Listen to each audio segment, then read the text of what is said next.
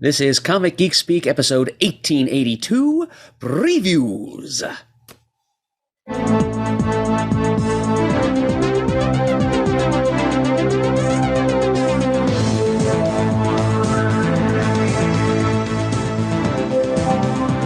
Welcome to the show. I'm Adam Murdo. And I'm Ian Levinstein.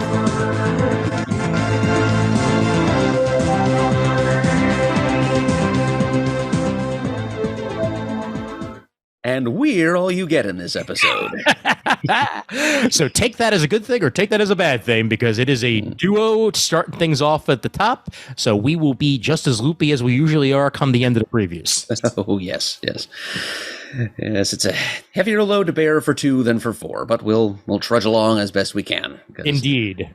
Our castmates have good excuses. Shane is with the family down in Disney, and Chris is celebrating a milestone birthday with his family. So we certainly do wish him well this evening, and we're going to do them both proud here as we review this month's previews catalog as a duo act.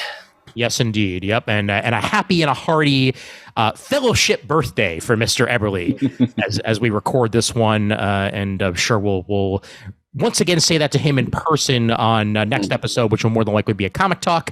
But hope he's having a good meal with some good times tonight with the fam. Amen and amen. We will certainly give him hearty birthday greetings in person next chance we get. Yep, and a happy belated birthday to you, Mr. Murdo. Thank you very much, Ian. It was. Well, for reasons we were discussing off the mic, not all that happy, really. The Eagles didn't give me the present I really wanted, but other than that, I guess it was okay. Yes. You're still in the playoffs. That's what matters. Yes. We got the one victory we needed just a week after I would have liked to have seen it. And now we get to sit on the edge of our seats and bite our fingernails for 2 weeks until the Eagles show, what they're going to bring to the postseason. At least you got your quarterback back. That's at least going to help at least a little bit significantly. We'll see once it actually comes rolling down. But yeah. 2 weeks for them to work on him, massage that sprained shoulder, inject him full of whatever, and just get him all set to perform at the peak against whatever card they draw. Exactly. And here I am sitting in New York being like, well, my team that pretends to be from New York is also in the playoffs this year, so maybe the Giants will do something. We shall see. If they get past the first round, I'll be a happy camper. Mm-hmm. Now, they're guaranteed to do something. Exactly. Whether it's a good or a bad, right? Whether that something is win is still remains to be seen. But I will be watching with interest that game as well. Yes, definitely. And speaking of winning, you at patreon.com/comicgeekspeak are the biggest winners of them all, because you help keep the lights on here on the virtual world and in person for this very show. So we thank you so much for that continued support in any way you give it. As little as $1 a month gives you a subscription to the Patreon. And occasionally you get a little bit before or a couple of extras here and there. We uploaded some extra audio from a few episodes ago, the G.I. Joe Spotlight episode, the micro spotlight, that is. You got to hear us watching a video for the first time of the Ballad of G.I. Joe, which was a lot of fun. But yeah, patreon.com/comicgeekspeak for any of you who would like to donate to the show. If you're unable to, Patreon, the old-fashioned way at comicgeekspeak.com/donate.php, still available via PayPal. And if not, then just let a friend know about the show. That's as good as anything, and help spread the word to further folks. So thank you so much for that support. Indeed. In the new year, for that matter. And I'll also mention my own patreon.com/comic timing for my own wares. If you want to support me and the producing of this show. A nice hefty producing time was spent on the most recent episode. Please watch the video version of that one, because I'm extra proud of that one. If you saw what he had to work with, folks, you will understand what a Herculean effort he put in to make that thing look and sound as good as it does. Yep. But behind the scenes, for just ever so slightly, never using an iPad in Florida again. I'm definitely bringing a laptop, because that's going to make things a lot easier. But yes, definitely do check that out. And with that, previews, baby, previews. Mm-hmm. And we get things started with issue 412 of the previews catalog. and we experience some night fever. We don't have to show it. Exactly. But we're going to do it anyway. Yes, we will, and we'll get there soon enough as it's Image, so it will be early on in the catalog, but Brubaker and Phillips on the front cover there, and some Hero Up Iron Guild supplies on the back cover. So, yeah, that's a thing. Anywho, get us further along. A reminder, once again, that Free Comic Book Day will be happening on May 6th, 2023 of this year.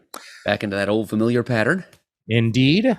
So you'll be heading out to your Guardians of the Galaxy showing and enjoying Free Comic Book Day. So please make sure to enjoy and to frequent your local comic shop and spend some money there and get some free stuff along the way.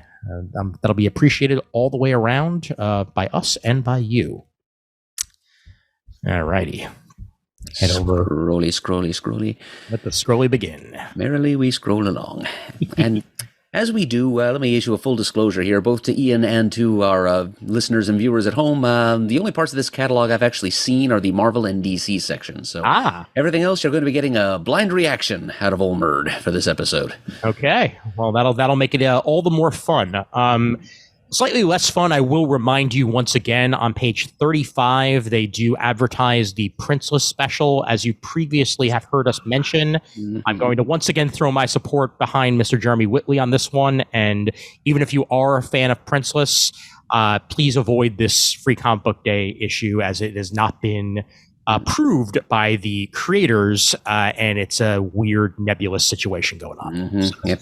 The current leadership of Action Lab having shown themselves to be bad actors in this regard. Indeed, yep. So please avoid that, but do not avoid page 43 as what's that? I think I just heard while he's at the restaurant. What was that? Oh, yes. I could hear him all the way from there. Yes, an entire restaurant has just stopped short someplace, and some old lady is asking to have what he's having. Night Fever hardcover by Brubaker, Sean Phillips, and Jacob Phillips. One of the best teams in comics, gives us a brand new graphic novel on page 43. Gripping new tale. Surreal thrills of Fight Club meets the suspense of the talented Mr. Ripley in this twisty, character-driven story. So more crime, drama, action here from Brubaker and Phillips, just the way we like it. Mm-hmm. Yep. If I didn't already know to trust the creative team from Chris's repeated acts of extolment of them, I think I'd be drawn in by the Bee Gees quote title. Yes, definitely. Not to mention the fact that I'm pretty sure on page 44, unless you tell me otherwise, that looks a lot like Mark Maron. So I don't know if they intentionally drew Mark Maron into that page, but he sure as heck does look like it to me. So I'm all right with that. He's one of my favorite podcasters. Oh, okay. Fellow podcasting love right there. Mm-hmm. Yep. I reserve judgment because I have no idea what Mark Maron looks like, but I'll certainly take your word for it, Ian. He's a man with a mustache and that type of hair. That's who Mark Maron is.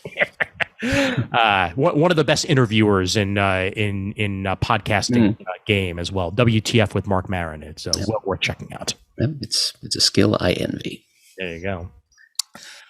Moving over to Mr. Lemire on page 48.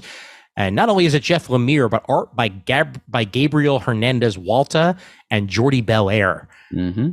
Walta was the artist on that Tom King written Vision miniseries from several years ago. Yep. And Jordi Belair, of course, colors everything. Yes, he does. And he's coloring this, so add to that everything. Phantom Road #1. It's a grindhouse horror meets high concept supernatural fantasy in this first issue of a bold new series from Jeff Lemire and Gabriel Hernandez Walta. And the Eisner Award nominated creative team behind the best-selling Sentient series brings you this Mad Max meets Sandman aesthetic in a new ongoing for them. It's another case of the creative team does all the heavy marketing. Oh, absolutely. And oh God, that artwork. Man, even if you don't know what this team has done before. just look at what they're doing now. And Absolutely. Walter channeling Frank Miller in all the right ways. Yeah. Yeah. Very, very Sin City-esque, only with colors action going on in these first couple of pages shown to us here. Do check that out. If you were not considering doing so, it will be worth it to you. And then page 52. Dead Romans, number 1 of 6. This one would probably be another one that Mr. Eberly would be checking out. It's a miniseries, no holds barred historical fantasy, perfect for fans of maestros and gospel. It's all about a Germanic prince raised in Rome named Arminius, who's sworn vengeance against the empire that butchers his people, wants to make a queen of the woman he loves, Honoria, a fellow slave, and now 50,000 Romans will die to give her a throne she never asked for or wanted. Fred Kennedy being the writer behind this, and Nick Marinkovich on the art chores. 6-issue mini, Dead Romans. Yeah, usually do find myself enjoying period pieces set in the Roman Empire, so I'm probably in for this one too. Definitely. And the artwork, channeling some Sienkiewicz there. Very much so. Yes, absolutely. Painterly style going on here with some almost like watercolor action. Digging it. Absolutely. And then on page 54, Rucka and Troutman on Forged number 1 with Mike Henderson on the art chores. Those are 2 of the best names in comics right there, teaming together for a story. God damn. The 11th millennium of the rule of the Eternal Empress, a squad of planet-smashing super soldiers find their routine mission to be anything but. These are the Forged. They take no prisoners. And neither do Rucka and Troutman on this bug stomp on a distant hell world that they're bringing to you on page 54. Yeah, I appreciate the cover blurb there, just screaming the premise at you in just finest 1950s sensationalist film trailer style. Absolutely. A team of ultra-lethal imperial vixens, a cabal of sensuous space witches. And they slice, and they dice, and they make Julian fries. Absolutely. All right, moving it over to page 56. Kurt Pyers and Rockwell White. That is an amazing name, Rockwell White. Expect us to find him on PBS. Indigo Children, number 1. Acclaimed creator Kurt Pyers returns to Image for a brand new ongoing series with a creative team behind the smash hit series Youth, soon to be a show on Amazon Prime. Oh. Yep. How about that? Radiant Black meets Department of Truth. This action-packed sci-fi mystery epic, as journalist Donovan Price hunts down the extraordinarily gifted Indigo Children after their mysterious disappearance 15 years prior. Well, there's a sign that Radiant Black has been doing well, if it's already being used to generate elevator pitches for other things now. Absolutely. I'd also say almost an Umbrella Academy type thing by the description of the gifted children and the disappearance and what have you. So that's another thing you could probably add to that comparison. But gorgeous artwork, very very well colored. Yes, indeed. Love the facial expressions on the characters as well. So this looks like it could be very, very intriguing here. Indigo Children on page 56. And then on 58, Kyle Higgins and Brian Bucoletto. We're getting some good teams. Yeah. Wow. Kyle Higgins, he of multiple, among other things, the aforementioned Radiant Black, right? That's a Kyle Higgins project? You got it. Yep. Okay. Brian Bucoletto, co-writing, art by Geraldo Borges. Yep. This is a crime mystery superhero thriller. Set in Pittsburgh, no less. Yeah. Yep. We were just talking about Pittsburgh, and then boom, there it is. In the months since 10 months ago, the Richard Roe murder shocked the city of Pittsburgh, and then in the months since, the killings have sparked a dangerous political movement, copycat killers, and a mass vigilante who's still determined to hold the powerful accountable. not a symbol, not a hero. They could be anyone. They are no one. No/1 to be exact. 10 issue, I guess you could call that a maxi series. Once you get past 6, I feel like it's a maxi series. But no, interesting premise, interesting concept. Kind of reminds me in scope of a Robin Hood vigilante, and that's probably going to have a little bit more of perhaps a Punisher vibe even to it. Certainly. Yeah. Yep. Oh, and it's a part of Higgins's massive verse. Speaking of Radiant Black, yes, it's a shared superhero universe that sprang from Radiant Black and kicked off into the pages of the supermassive one-shot, and so I guess it's a part of that same reality. Yep. So that world continues to get bigger and better, and wow, I'm not even going to comment on the artwork. I'm going to comment on the lettering. This is excellent lettering on these pages here. Like it just brings it to life in just the way that you want lettering to on these preview pages. Big fan of that. Always nice to be able to point out something other than just the artwork. Alrighty, page 60. The Kubert family continues to have some damn good artists, and this is a story and art by Emma Kubert on page 60, Stoneheart #1. And she's the artist behind Frank Miller Presents Frank Miller's Pandora. Why can't they just say Frank Miller Presents Pandora? and Frank Miller Presents, a Frank Miller presentation featuring Frank Miller, Pandora. Image Comics, Ink Block, and Radiant Pink. This is her whimsically twisted tale, all about bubbly and headstrong Shade Whisper, who's been inexplicably exiled from her magical guild and relocated, left only with vague memories and romanticized hope. When she hears a sinister voice in her head that awakens a power beyond her comprehension, she'll traverse her past and present, that is, to unravel her prestigious place within the mystical land of Athea. Comic book legacy right there, to say the least. Very much her own style. Almost manga-inspired art style, I'd say. Yep, some of that in there. Would have been comfortable in the early days of Image, too. Very good point, yep. A little bit of McFarlane in there. Yep, some Gen 13 eyes, definitely. Oh, sure. Alrighty. Let's scroll things down a little bit further here. Trade paperback offering of Ava's Demon, Book 1 Reborn by Michelle Fuss.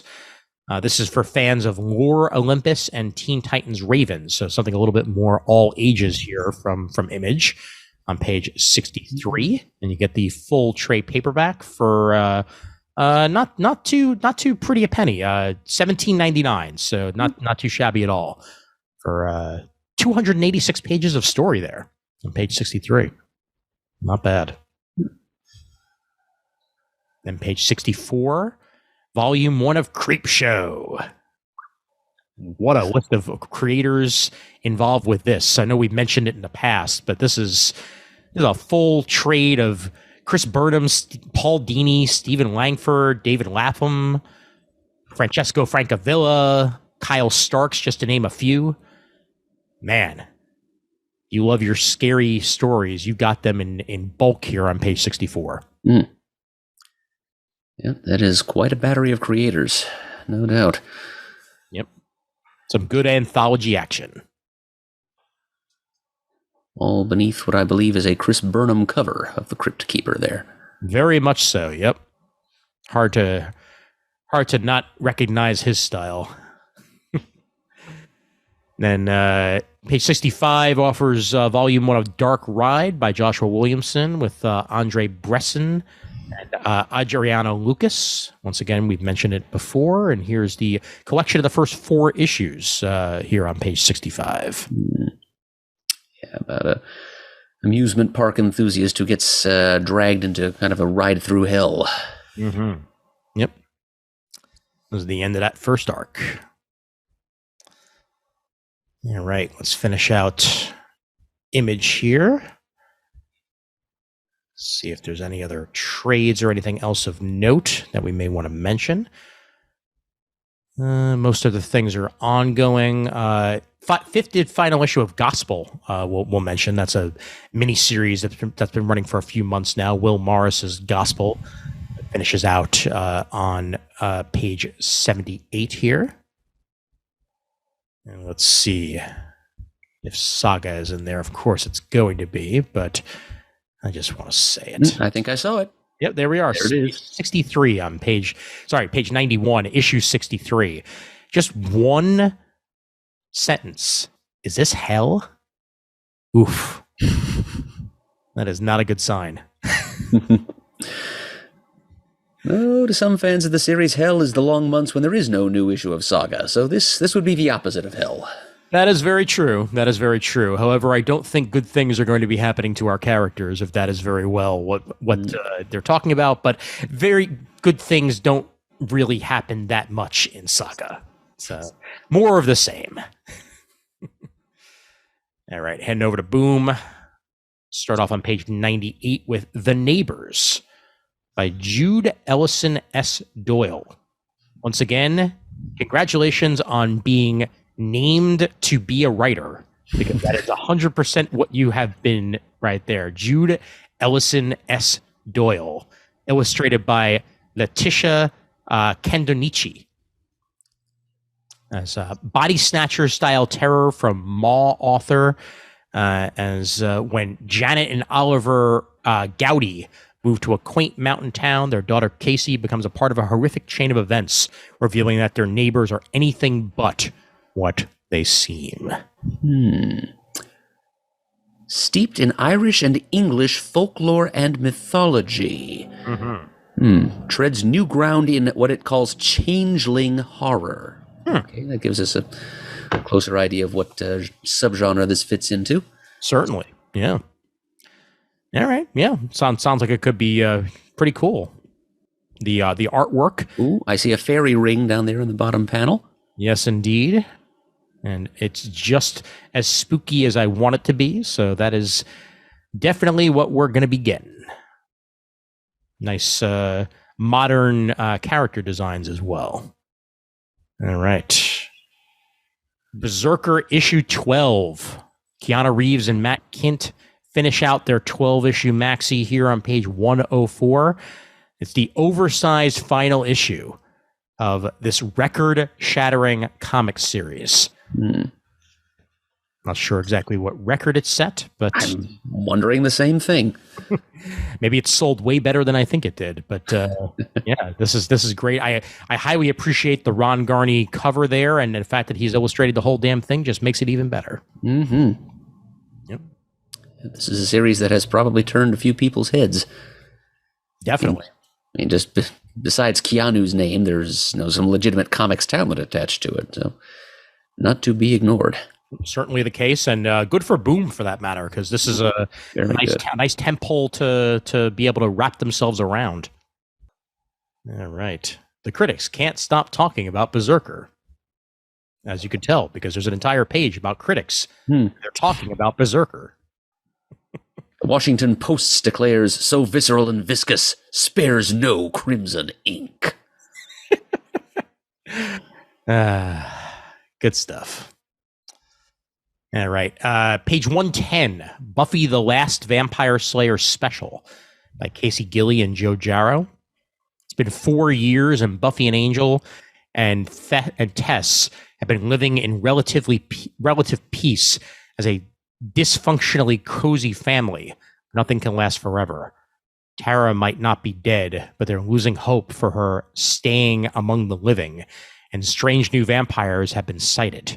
To get to the bottom of these unfolding horrors, our gang will have to head underground and face the horrifying true cause of the decline in vampire activity.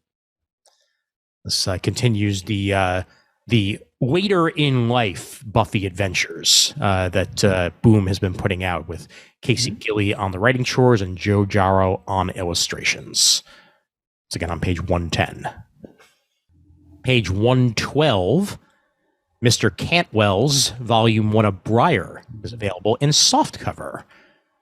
Illustrated by Germaine Garcia. Collects the first 4 issues of Briar for everybody to check out. And you had me at Cantwell. So that's being offered in a softcover collection for a mere $15. Indeed. What if Sleeping Beauty never got her happily ever after and had to save herself instead? Great premise and great creators. Absolutely. Look at that. Look at that artwork. Man. Whew. Good lines right there.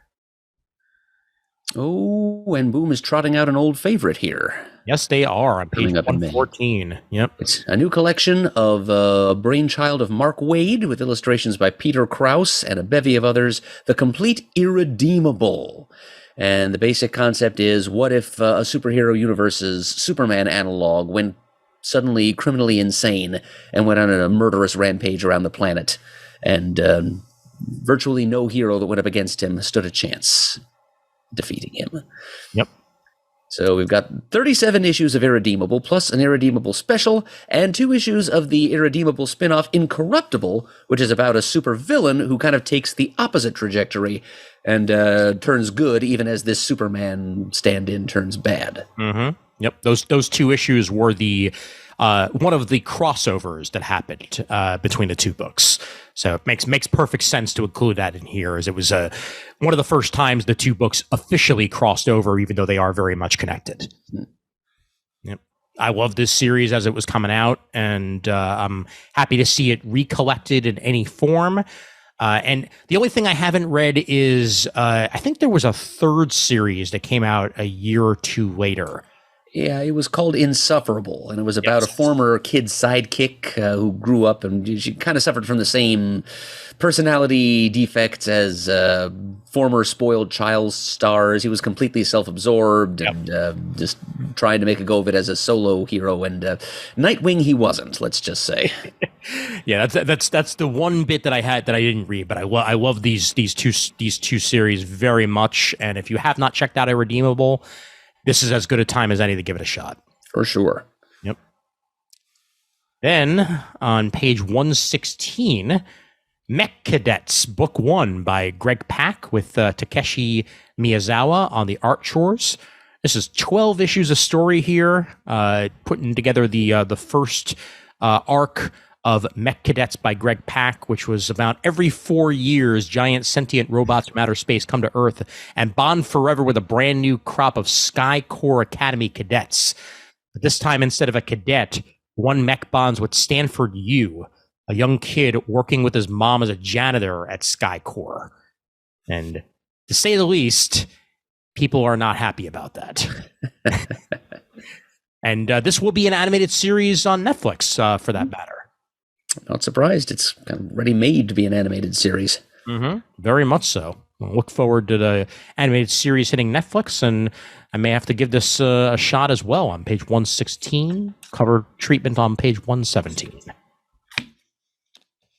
And fans of Faithless, you get a deluxe hardcover edition by Brian Azzarello and Maria Lovett on page 118, and then a slipcase edition directly underneath. So you can either pay $70 or $90, depending on your personal preference.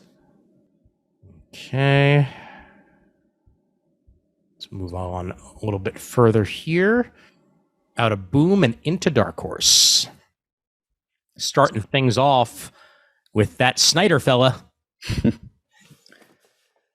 And that Monopool fella, too. Yes. And that is a team that I am happy to see teaming. Mm-hmm. Scott Snyder and Francis Matapool are 2 of the brightest stars in comics. I've never disliked a piece of Matapool artwork, and this is a 3-issue miniseries they're starting up, set in the not-too-distant future in which mankind no longer sees the world as it truly is. The invention of neurological filters has made it so one can view reality however they may choose. Mm-hmm. Old Hollywood monochrome, zombie apocalypse, anime.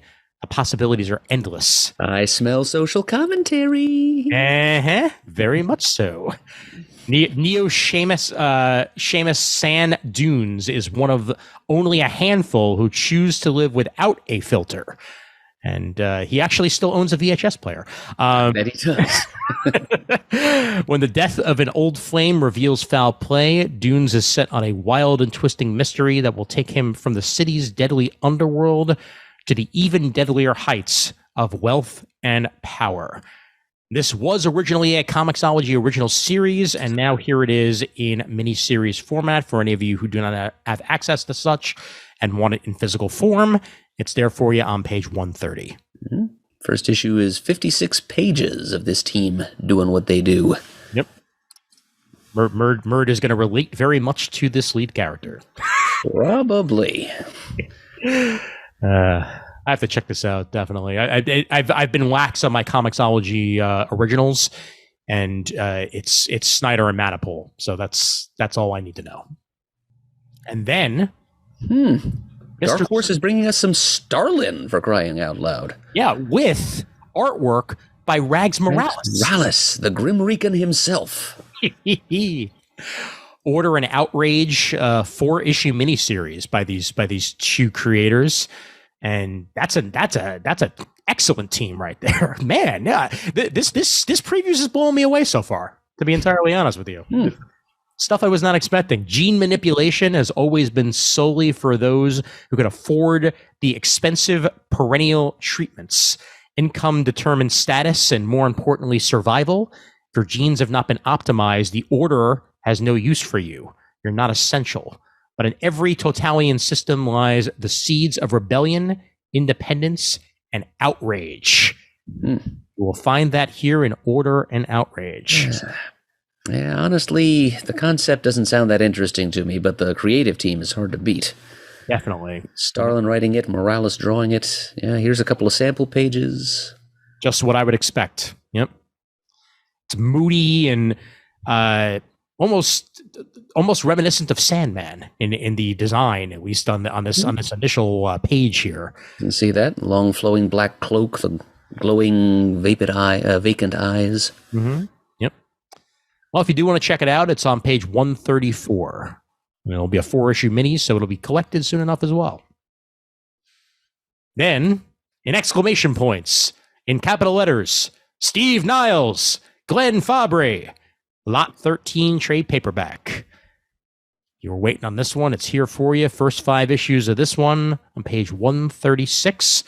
It was originally a DC Comics series, and now back in print over at Dark Horse for the first time by Niles and Fabre. And then Mr. Mignola gives us Lady Baltimore, the dreams of, is that, what would you say, Ikelos? Yeah, approximately, yeah. Ikelos sounds about right. There you go. Mignola, Chris Golden on the co-writing chores, and Bridget Connell on the artwork. As Lady Sophia Baltimore, accomplished by an art array of formidable companions, continues her war against the Nazis in an occult alternate outerverse. Yeah, okay, I'm down with that. Yeah, I do like to pick up some of these Mignola one-shots. Oh, sure, absolutely. That's for you on page 137. Then page 139. Oh, some pirate comics. Indeed, yep, by John Jackson Miller and James Mishler, with Christian Rosado on the artwork chores.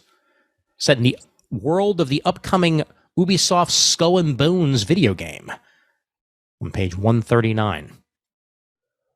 It's funny too. Back in the day when you saw video game tie-in comics, usually it was like, oh no, not another one of those. But there've been some decent video game tie-in comics over the past couple of years with some excellent creators behind them. So this could very well be worth your time here with this 3-issue mini.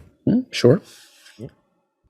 Then Avon Oming and Tinian the Fourth's second issue of their 5-issue mini Blue Book that we mentioned last month, available on page 140. And issue 2 of that Masters of the Universe Masterverse, which I am definitely going to be checking out when it's all collected. Available as well on the next page here, 141. This was another Comixology original that's being collected by Dark Horse as part of their contract that they have. First time in print here on page 142. Christopher Sabella on the writing chores with Kara McGee, .self in trade paperback here. So this gets the full story told in one trade paperback of this one on page 142. Postscript backs up everything about a person into a file ready to be loaded into a printed body that offers one final chance to wrap up loose ends after they've died. Okay. Pulls you right in there. Yeah. Yep. Nat Winters is our main character here, so almost a Ghost in a Shell type scenario being set up here with .self, with a little bit of a different bent on it, as rather than being transferred in there while you're still alive, this one's being transferred into a new body while you're already deceased. What's that going to turn out to be? Well, check it out here on page 142. That is a cool premise. Yes, it is. Then Raphael Albuquerque and Raphael Scavone, the Raphael team, teaming for you with their Comixology original on page 143 in trade paperback form as well. And Albuquerque on the writing chores. Not sure if that's the first time or not. Usually he's very much on the artworks on the artwork end. But let's see what two Raphaels can do together in one trade paperback here. Page 143. Roger Cruz. Wow. Come a long way since X-Men Alpha. Ah, yes. All right. I will mention on our next comic talk that I did go see that new Avatar movie that has nothing to do with The Last Airbender. And this is a hardcover direct prequel to the film Avatar: The High Ground Library. This is The High Ground, a library edition hardcover, that is, by Sherry Smith and artwork by Guillermo or Guillaume Balbi, I believe. God, sometimes I shouldn't even try. But page 145 has the information on that one, and as I said, it's a direct prequel to Avatar: The Way of Water. 3 issues, all collected here, if you do want to check it out. Okay. And Sons of Ashgard, Ill-Met in Elmgard, by Chad Corey and Matt Wendt, collected on page 149, a new exciting graphic novel from the author of the Wizard King trilogy here. Yep, sword and sorcery with funny animals. What more could you ask for? Yep. So if you're interested in what's been going on there, you get more of it on page 149. The EC Archives Weird Science Volume 2, available on 152. Get some more of that old school EC sci-fi action collected thanks to Dark Horse. Featuring a foreword by Paul Levitz. Yep.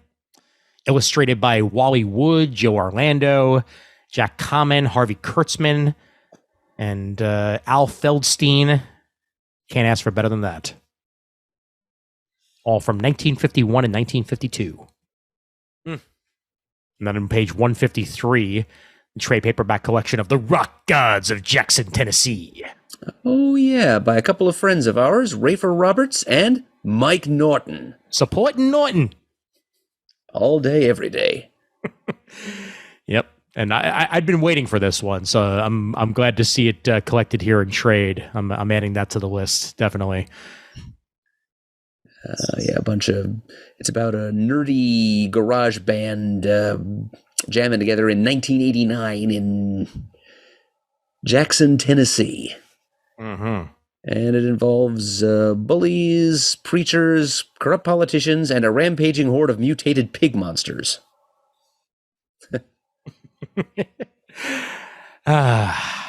What a twist. Yep.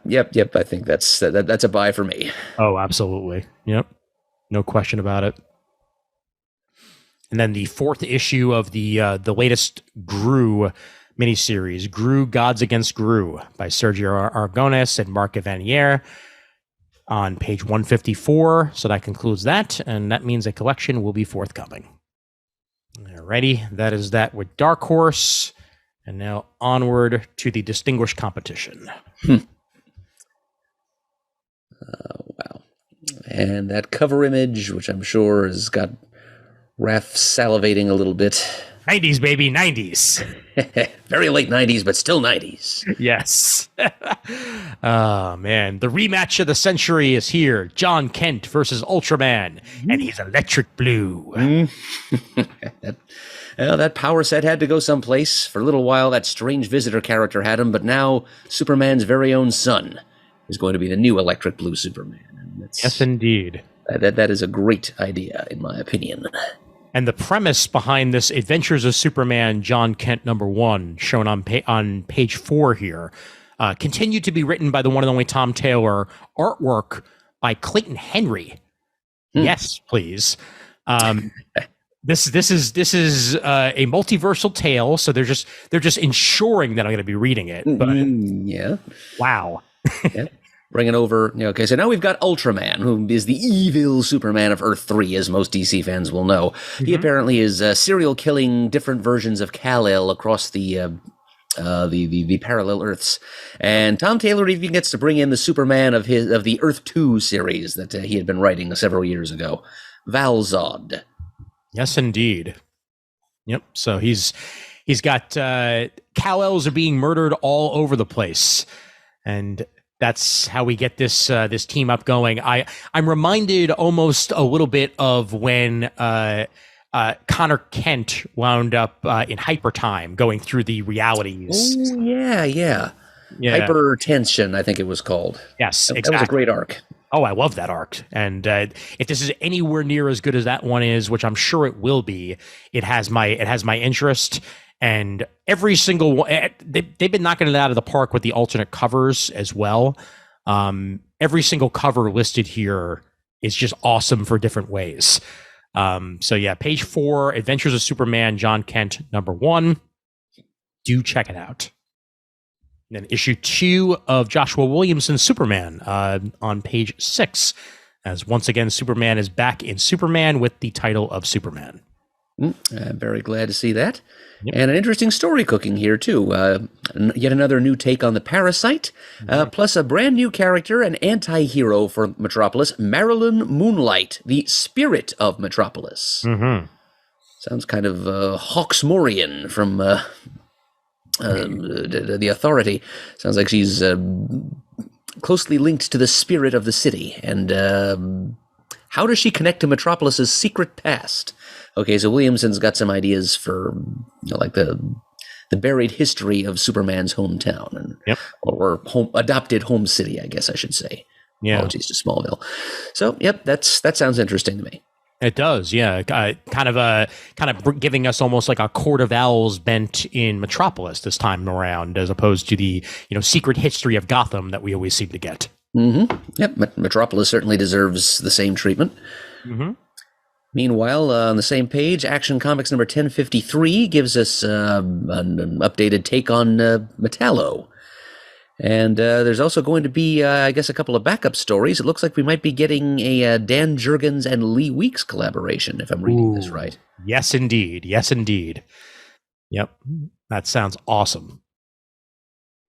Yep. Finally, when his alien tech takes on a life of his own and affects the most violent members of the Blue Earth movement, resulting abominations target Superman's greatest strength and greatest weakness, his family, introducing the first appearance of the Necro Hive. Yep. Well, so we've got Metallo going Borg here. Yes, we do. What's that, Mr. Eberly? Page 8, Chris Priest on Superman. With Carlo Pagulayan and Jason Paz on the artwork chores for this one, Superman Lost.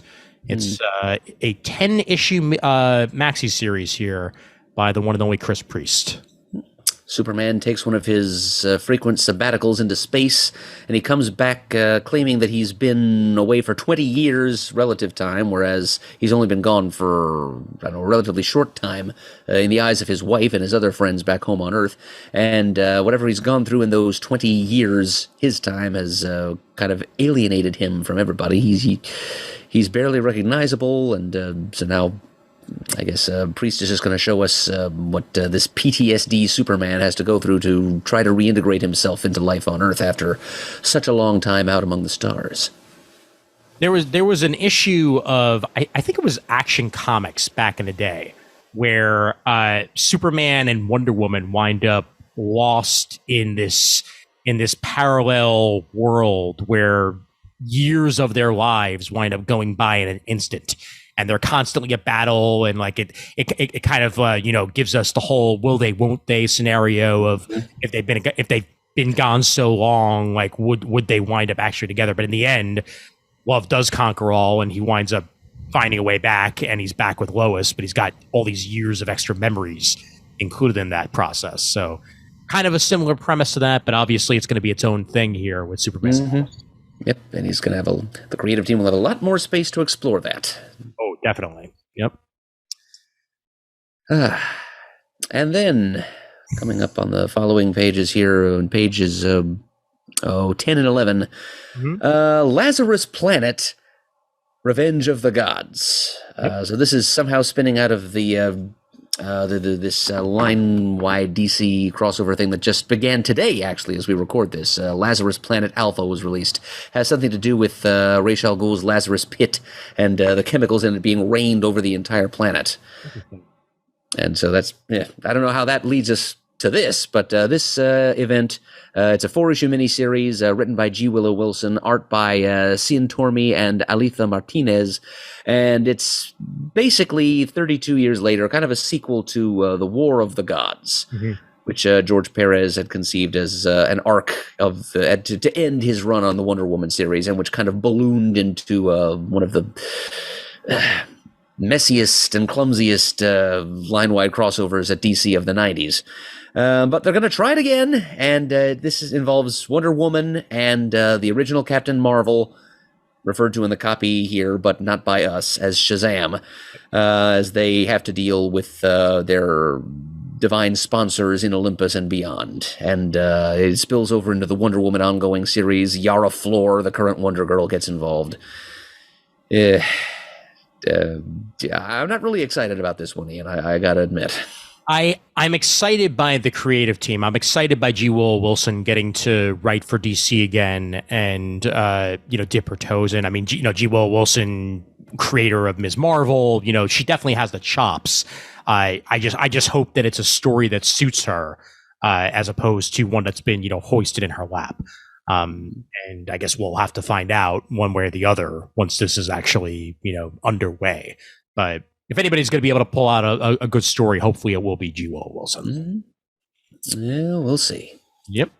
And nothing quite like a character that can't say his own name.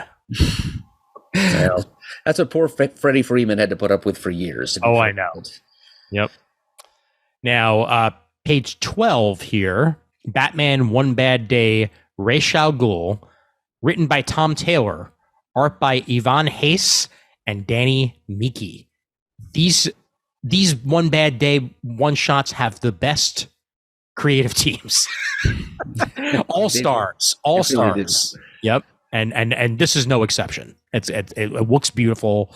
And why won't Batman save the world is the main text to it. And I can't wait to find out. Once they collect all these One Bad Day one-shots into a trade, I want the hardcover. I want the deluxe hardcover. Like it's just too pretty.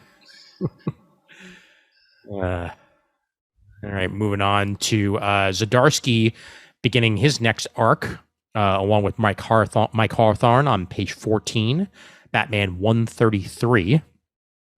Everyone goes insane eventually, and they belong to the terrifying Red Mask.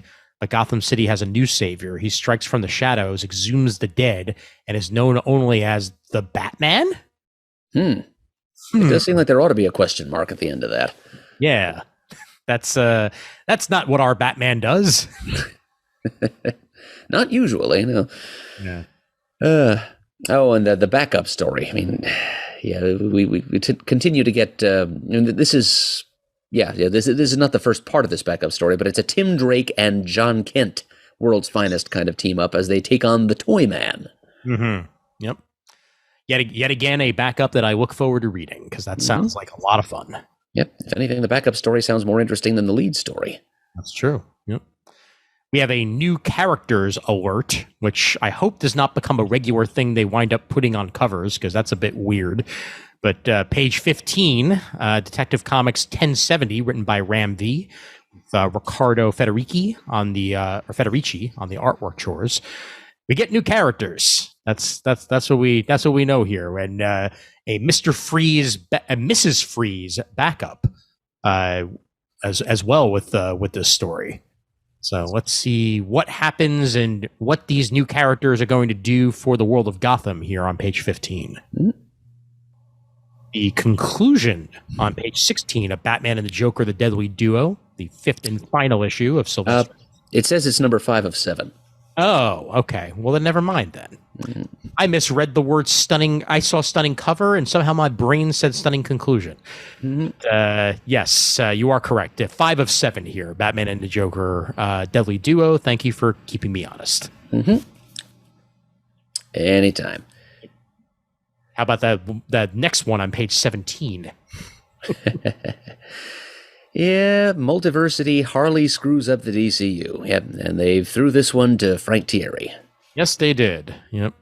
Great cover by Amanda Connor. The artwork itself is by Logan Faber. But yeah, Harley's back in Coney for a long overdue reunion with old friends, old haunts, and an old time machine? Yeah, nothing could possibly go right. Page 17 there. Any of you Harley fans, you're getting your money's worth of that one, probably. Yeah, could be funny, at least. Indeed. Oh, and here's DC trying a new Doom Patrol project here on pages 20 and 21. 6-issue miniseries called The Unstoppable Doom Patrol, and it too seems to be spinning out of Lazarus Planet.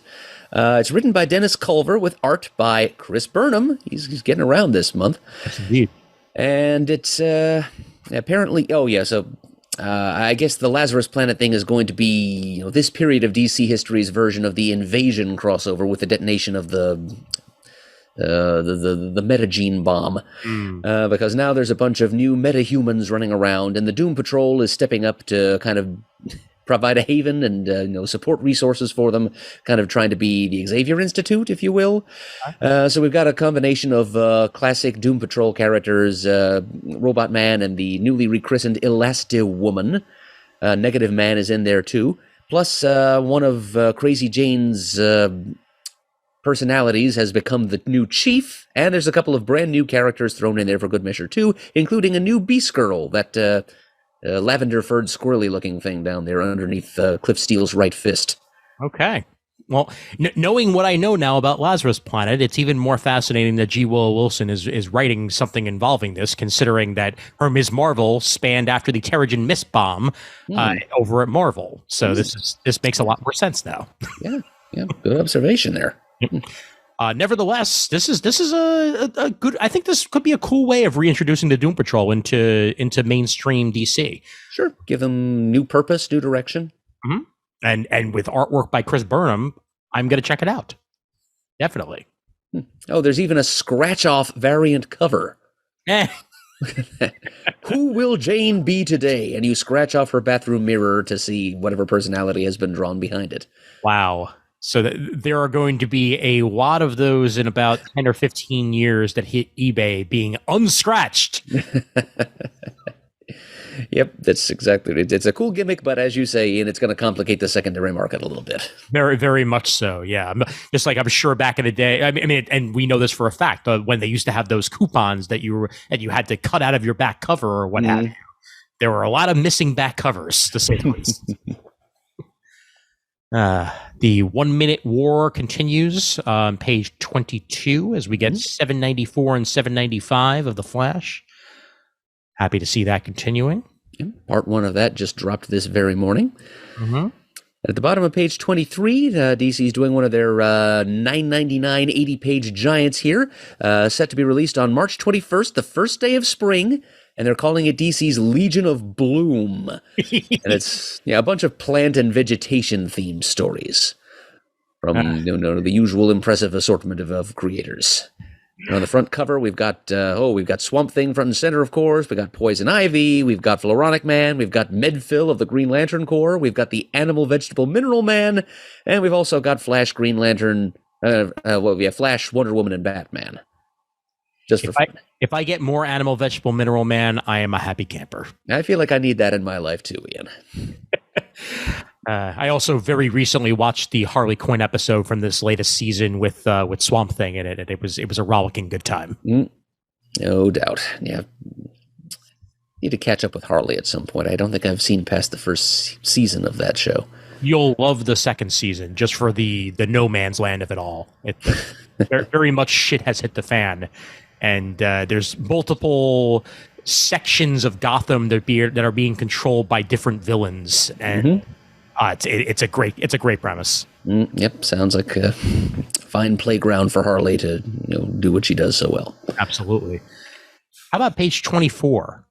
Waller versus Wildstorm, number 1. Spencer Ackerman and Evan Narcisse on the writing chores for this one, and Jesus Marino on the artwork. Set in 1980s Cold War era. And a new battle heats up for the soul of the intelligence agency Checkmate, as the agency's heroic public face Jackson King, otherwise known as Battalion, the leader of Stormwatch and the symbol of American might, has long suspected that Adeline Kane is up to the dirty tricks overseas, engineering horrors that betray everything he believes about service to one's country. See, this is the way I want Wildstorm integrated in one way or the other. With cool, kooky, out like backwards stories like this, like going back in time and setting it smack dab where it should be.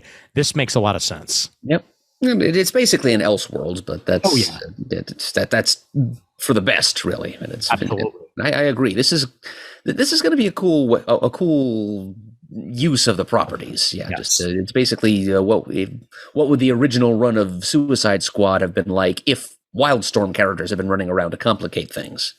Yep, kind of bringing almost like a Team Achilles bent into it in the process, and nothing wrong with that. So yeah, page 24, Waller versus Wildstorm, issue 1 of 4. It's a Prestige Plus format for these, so 32 pages for $6 a piece. And it's rated 17 plus, so do keep that in mind. Alrighty, Blood Syndicate Season 1. Any of you who've been waiting for that to be all collected in one place, this is the hardcover edition by Jeffrey Thorne with art by the one and only Chris Cross on page 27. And then right underneath that, Duo by Greg Pak and Coy Pham. Earth M series. That's what they're calling the Milestone books, huh? Earth M? Beyond Dakota and Beyond Milestone. So, yeah, I guess it's like a Milestone expanded universe titles. Okay. Fair enough. But it's Pak and Pham. And Coy, if you're listening to this episode, hi, how are you? That's right. He does listen, doesn't he? He is a listener of the show, yep. Excellent. Definitely. And we do get Batman One Bad Day, The Riddler, and a Batman One Bad Day box set. I'm just looking for a hardcover. So if you give me a hardcover of just all of them, I'll be a happy camper. But this is a build your own One Bad Day box set, starting with The Riddler and Batman The Killing Joke. Okay. Page 28 and page 29 for that. It's the Tom King, Mr. Rod's hardcover Batman One Bad Day, The Riddler on page 29. Page 32. Anything deserves the absolute treatment. Actually, with Tim Sale's passing, it is absolute Superman for all seasons. Glad to see that collected. For sure. Yep.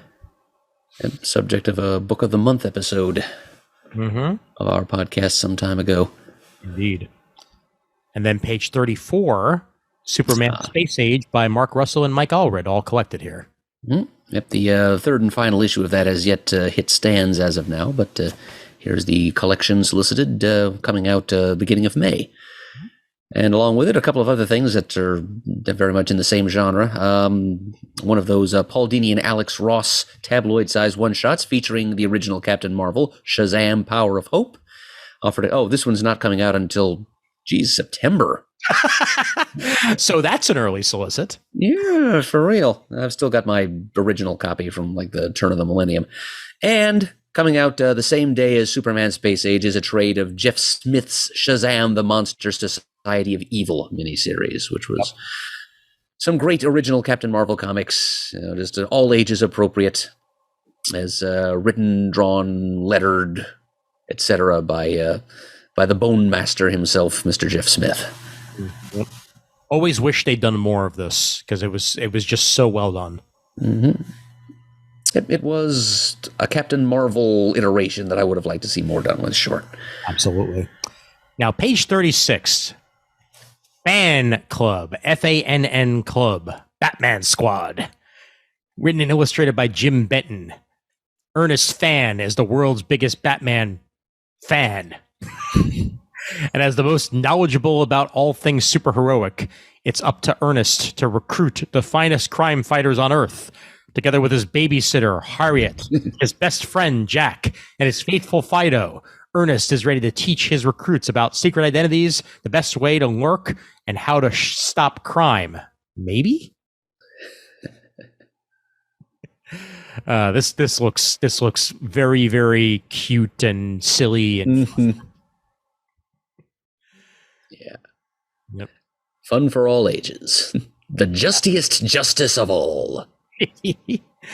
New York Times best-selling writer, illustrator Jim Benton of Catwad and Franny K. Stein brings this one together for us on page 36. Batman Incorporated meets Captain Underpants. All right. On to the multi-panel solicits here. Yep. Hard on the eyes, and hard on the wallet sometimes. But yes, it is. Yeah, but these are usually my favorite parts of the Direct Connect. About page 38 there. Batman, Superman, World's Finest, number 13. You got in the pages of World's Finest, Batman, Robin, and Superman have traversed some of the DCU's most iconic locations and teamed up with the likes of the Teen Titans, Doom Patrol, and Supergirl. But none of that will prepare them as they go across the globe in search for Rex Mason, Metamorpho, the Element Man. The world's finest, strangest adventure begins here. Believe it. Oh, yeah. With Wade and Mora, it's bound to be good. Oh, interesting things cooking in the Batgirls title at the top of that page, because it looks like we've got a Mad Hatter story based on the cover image. Yep. Plus, looks like the Clue Master and Man Bat are also involved. So. Yeah, it's gonna be a nice gathering of Bat villains, to say the least. Mm-hmm. And not to mention on that same page, a facsimile edition of Batman 357 by Conway with art by Don Newton and Alfredo Alcala. Which is the first appearance of Jason Todd. Indeed. Alrighty. Page 39, issue 7 of Batman the Audio Adventures. As it's all come down to this, as Batman is face-to-face with a killer croc like he's never seen before. This is the 7th and final issue of this adaptation of the Batman Audio Adventures on page 39. Black Adam number 9 by Chris Priest on that very same page. Blue Beetle Graduation Day issue 5 on page 40. That is issue 5 of 6. So we're getting closer to that being said and done with. And on the next page there, Fables 159. We are 9 of 12 on this continuation of Fables. And I now have access to all of Fables, so I got to go back to reading Fables because it's been quite some time.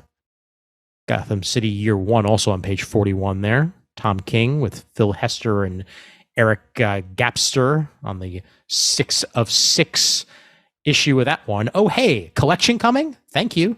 Mm-hmm. Seems likely. You better believe it. Oh, wow. Look at that stunning cover there for Justice Society of America number 5. Oh, it's by Mikhail Hanin. Say no more. Yes, indeed.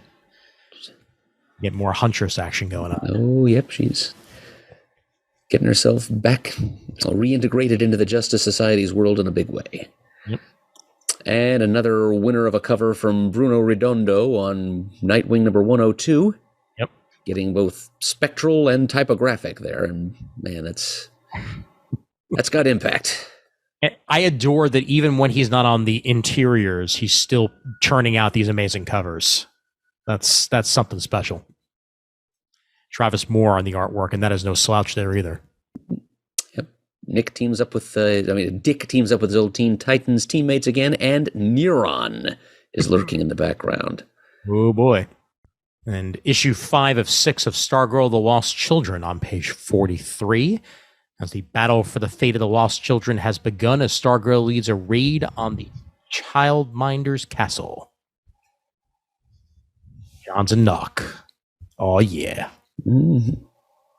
Page 44. I'll mention this one. I haven't been reading it, but man, there are some people who can't stop talking about the Joker, the man who stopped laughing, all for reasons that are kind of ridiculous, but nonetheless, you want to find out what it's all about. Issue 6 is staring you right in the face right there with Matthew Rosenberg. The very much Elseworld story where they could do whatever they want.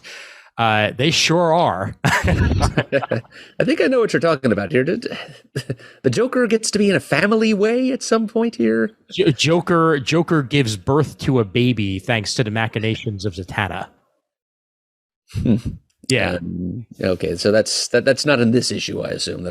Not in this issue. It's already happened. But there were some people who were so aghast by it, and I'm just sitting there being like, "Do you even know what an Elseworlds is?" Because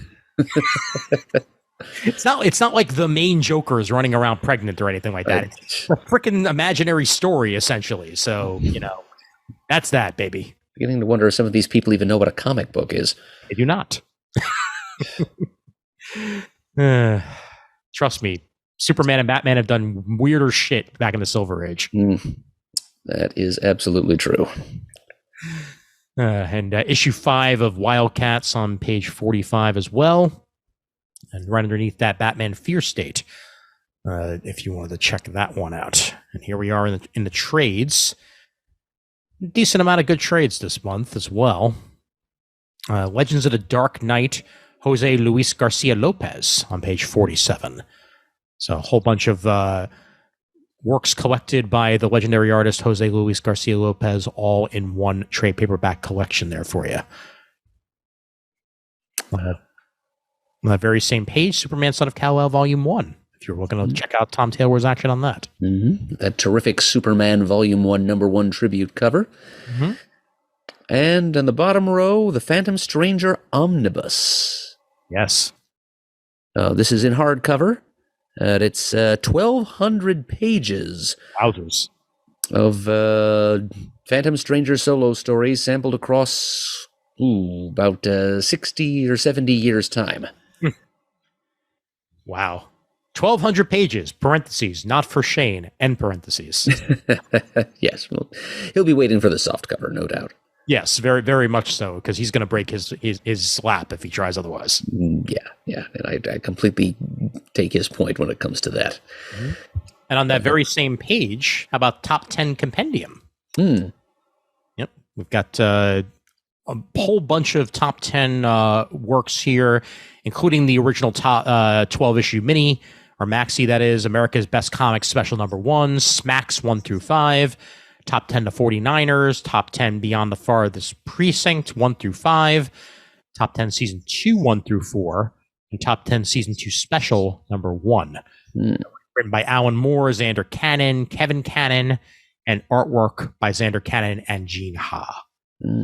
Yeah, that Top 10 the 49ers alone, that was a full-length graphic novel. Mm-hmm. So that's a good chunk of text to stick into this collection right there. Absolutely.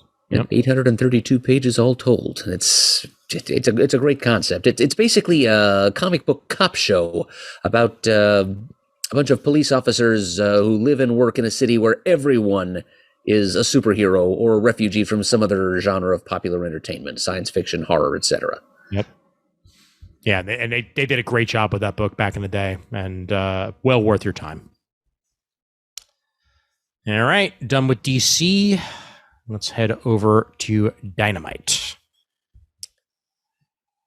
And Dynamite is still trying to get some content out of Edgar Rice Burroughs here, because here we have a new Deja Thoris series.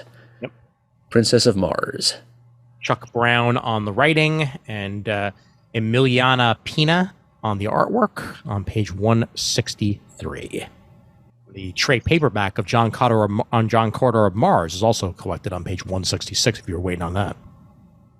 Oh, they're doing a King Kong comic here. Yes, they are. From Dynamite. It's called Kong the Great War. Oh, and it's, King Kong and what he was up to during World War II, assuming he hadn't been brought to New York and killed in the early 1930s. Yep. Alex Cox on the writing shores, and Tommaso Bianchi on the artwork. The world at war, while men of all nations fight on foreign shores, an Imperial German U-boat is lost at sea. The crew now faces terror beyond imagination, monsters from creation's dawn, gruesome, blood-stained death from above and below, a whole bunch of exclamation points. Impossible beats, raiding by fear and violence in the South Pacific, and moving over it all, the gargantuan ape god that knows no master. So call this an Elseworlds 2 then. What if King Kong were made in the 40s, and if Kong fought some Nazis off a submarine? Indeed.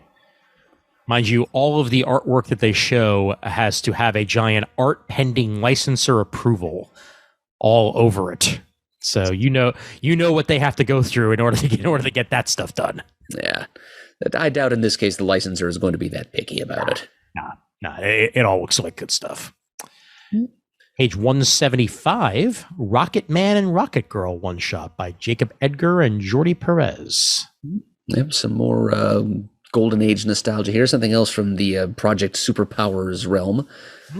Set in New York City, 1940. It's a male and female team of flying superheroes. Indeed. They're dealing with Nazis hell-bent on stealing rocket technology for themselves. Supercharged thrills along the way. All on page 175. Issue 3 of Darkwing Duck on 181. How will the protector of St. Canard settle into suburban life? Ooh. Oh, so this is going back and filling in some gaps in the early series continuity when Drake Mallard first settled in suburbia to raise Gosselin? I'm not quite sure, because I see Darkwing Duck retired. Oh, okay. So this is settling into suburbia in a different role. Yes, I believe that seems to be a lot more what they're going for here. Yeah. Okay. Yeah. You and I are going to buy it regardless. But oh, absolutely. Yeah. Especially since he's convinced the conniving Morgana to settle down with him into boring suburban living. Okay, that's a sitcom I'd watch. Yes. The artwork is pitch perfect too. They have a facsimile edition of the original Darkwing Duck series from back in the day, back in 1991, coming out on page 185 as well. Gargoyles number 5 out on page 187. As Dino Draken is back, and he's determined to take over the New York underworld. Call 155 Get Garg.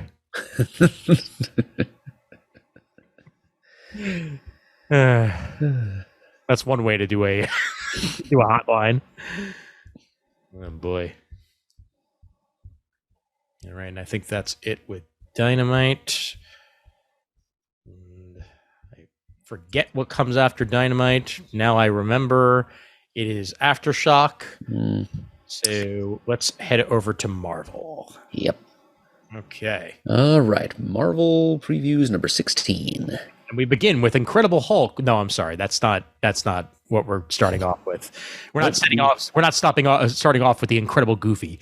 But, but I wish we were. Yeah, there's something that they're doing for Disney's 100th anniversary is slapping Disney pastiches of classic Marvel covers on issues of Amazing Spider-Man, whether the homage image have anything to do with Spider-Man or not. Yep, that's about right. What we do start off with instead is Jed McKay and Pasquale Ferry on Doctor Strange. Oh, you mean he's not dead after all? Whoa! Mind freak.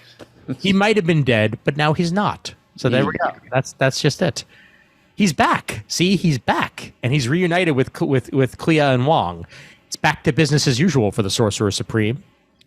Have your children fallen into a deep nightmare slumber? Are demonic refugees invading your home? Is your husband possessed by a satanic entity? Then call Doctor Strange. Very Ghostbusters of them. Yeah.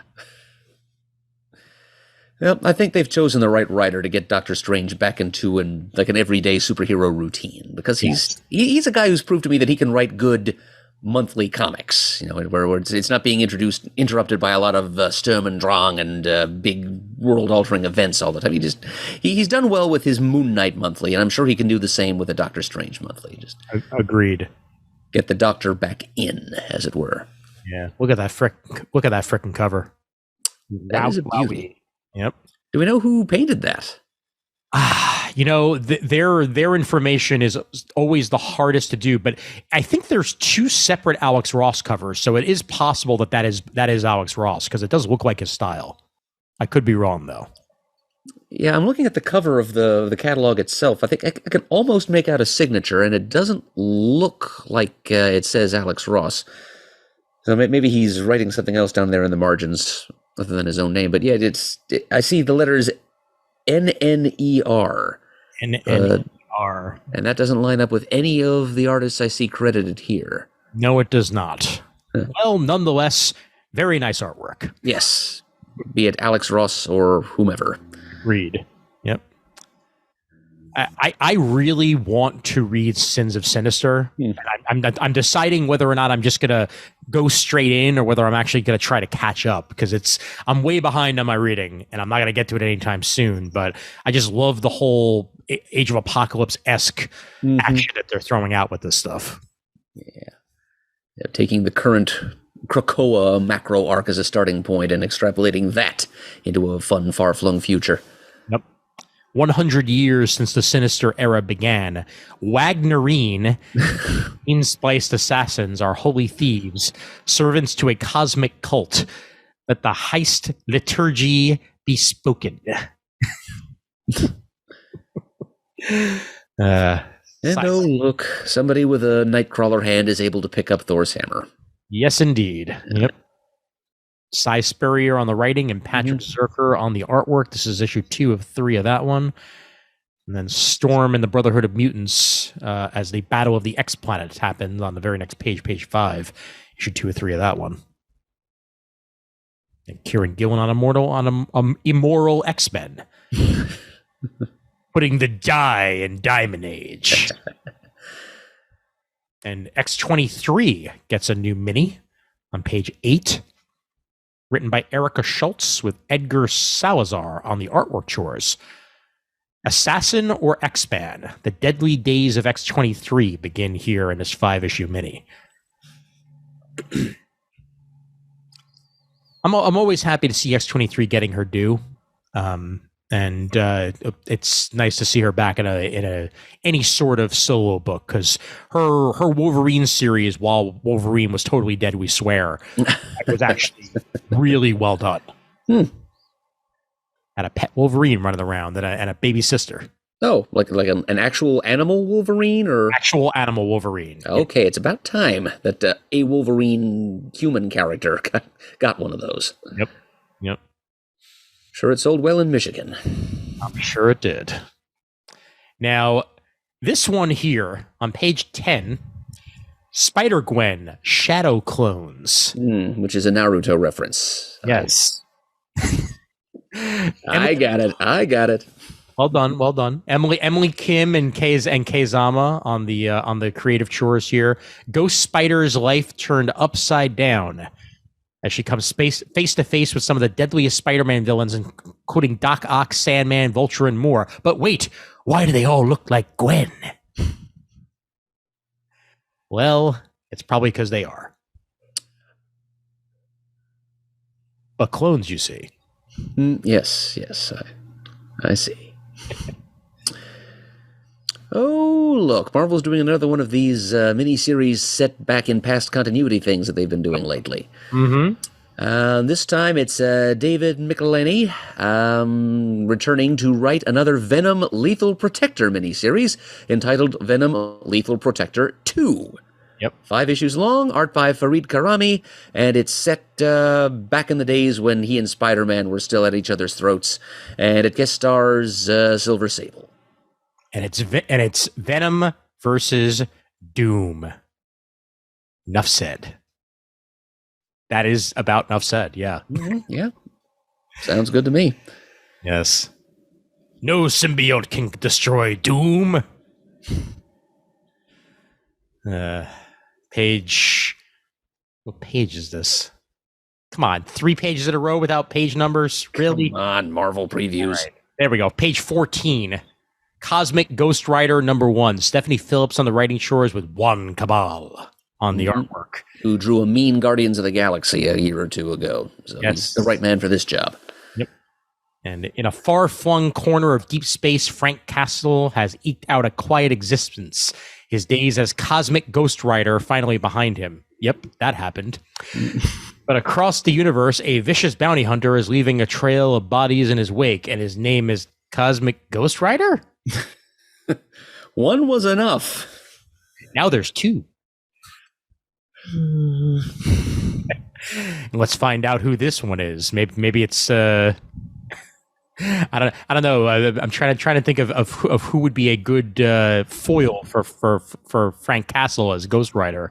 Well, I mean, there's always Jigsaw. Yeah. Could be Michael Battolino, aka Vengeance. Ooh, there you go.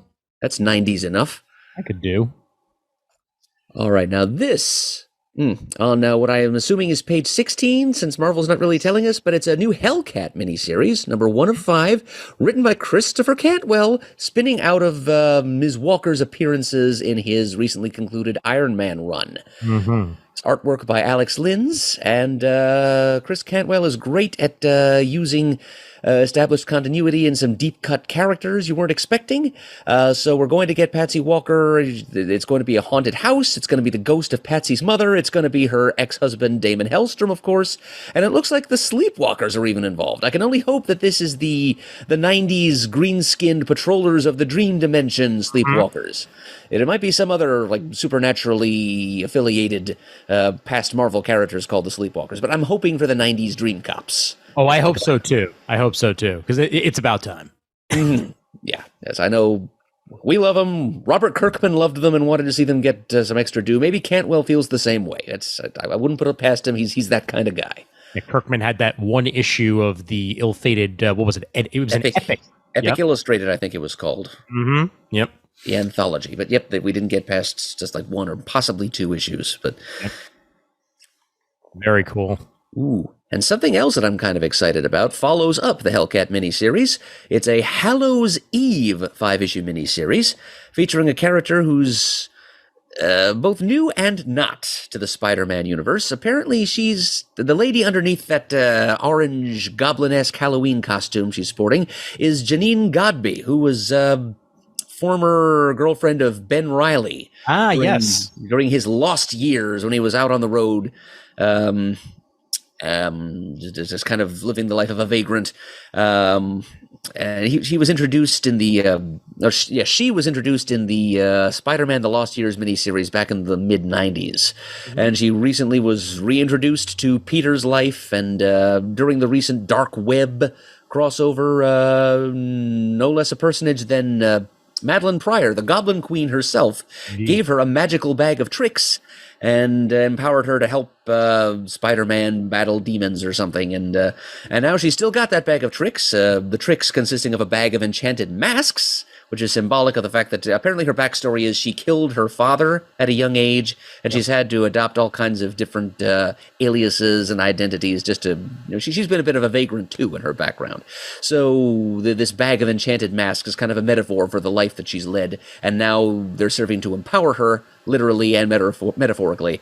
She puts on a different mask and gains a different power, and that's kind of how she works. And she's got this really cool Halloween-themed vibe going on. She reminds me of Halloween Girl from Dan Brereton's The Nocturnals, which is one of my very favorite series. This character looks like a lot of fun. She was just recently introduced, I think, in within the last month in Amazing Spider-Man number 14, whatever the current volume is, and she's already getting a miniseries, and you know what? I think I'm going to try it. And this variant cover by Chris Allen has the one, the only Capwolf on the cover. He was a wolf once, Jimmy. Yes, along with a bunch of other really great sampled Marvel monster art. Yep. It's kind of a Dave McKean style approach to the cover design there. I like it a lot. I think I probably will get that variant cover if I can. Yeah, and the interior artwork, from what we see of it, the black and whites of it, looks like it's going to be great. So yeah, looking forward to this spinoff here. And then, now that we're done with what was going on back then, Amazing Spider-Man number 21. Romita Jr. returns after a couple of weeks off. And what happened to Peter and Mary Jane? What did Peter do? We finally find out 21 issues into this Amazing Spider-Man run. Zeb Wells and Romita Jr. will make sense of it all. Who caused all of this change in the life of Peter Parker? That's on page 20. And wow, that cover for issue 22 on page 21. Yep, that's a great design for whatever that is. Who is this mysterious figure, and what do they have to do with Peter and Mary Jane's disappearance? If that wasn't John Romita Jr., I would swear it was Chris Bachalo, because he's the only one I know who works with that color scheme and that style in any similar fashion. It absolutely does look like a Bachalo design. I agree. Yep. Oh, man. Yeah. Yeah, then on the very next page, something that makes me wish I were paying more attention to this Avengers Assemble crossover, because it's Avengers 66, written by Jason Aaron, with art and this spectacular cover by Javier Garron, which is clearly a Perez tribute based on the cover to Crisis on Infinite Earths number 5. Just all you Crisis kids out there, take a look at this and just let your mouths drop open. It's beautiful. It's absolutely beautiful. Yep. I think Perez himself would have been honored. As the final battle begins, part 8 of Avengers Assemble. Man. And Avengers Forever finishing up their arc as well, as that's part 9, the penultimate chapter of Avengers Assemble. And that looks like it's going to be its own bag of fun right there. Yep, I'm afraid I've already missed a couple of parts of this story, and I'm going to regret it. Yeah. I just know it. But wait for the trade. That's what we can do. I'll be reading it on Unlimited. That's for sure. Got to catch myself up on Avengers Forever for that matter too, because I've been loving that series.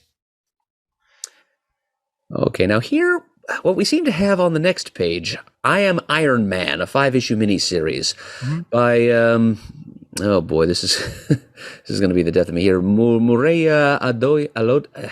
Could you scroll down a little bit, Ian? I can't read the name. It's Mureya Ayadela. Ayudele and Dota Nakande. Yes, exactly. You're as close as I would have gotten. So yeah. Yep. They unite yet again to journey through the rich history of Iron Man, telling stories never seen before that are set in iconic eras of old Shellhead. It seems like they're doing with Iron Man on his 60th anniversary about what they did with Ant-Man this past year in his Al Ewing written miniseries. And there's just sampling stories from different Ant-Men in different periods of comics history, and kind of the same thing here, except it's going to be all Tony Stark, I assume. Yeah. Yep. And it looks like a cool concept. And hopefully they do a good job of honoring the character. I mean, they have 5 issues to work it with, so let's see what turns out. And the facsimile edition of Avengers number 9 on page 26, by the way, proudly introducing Wonder Man to the Avengers lore.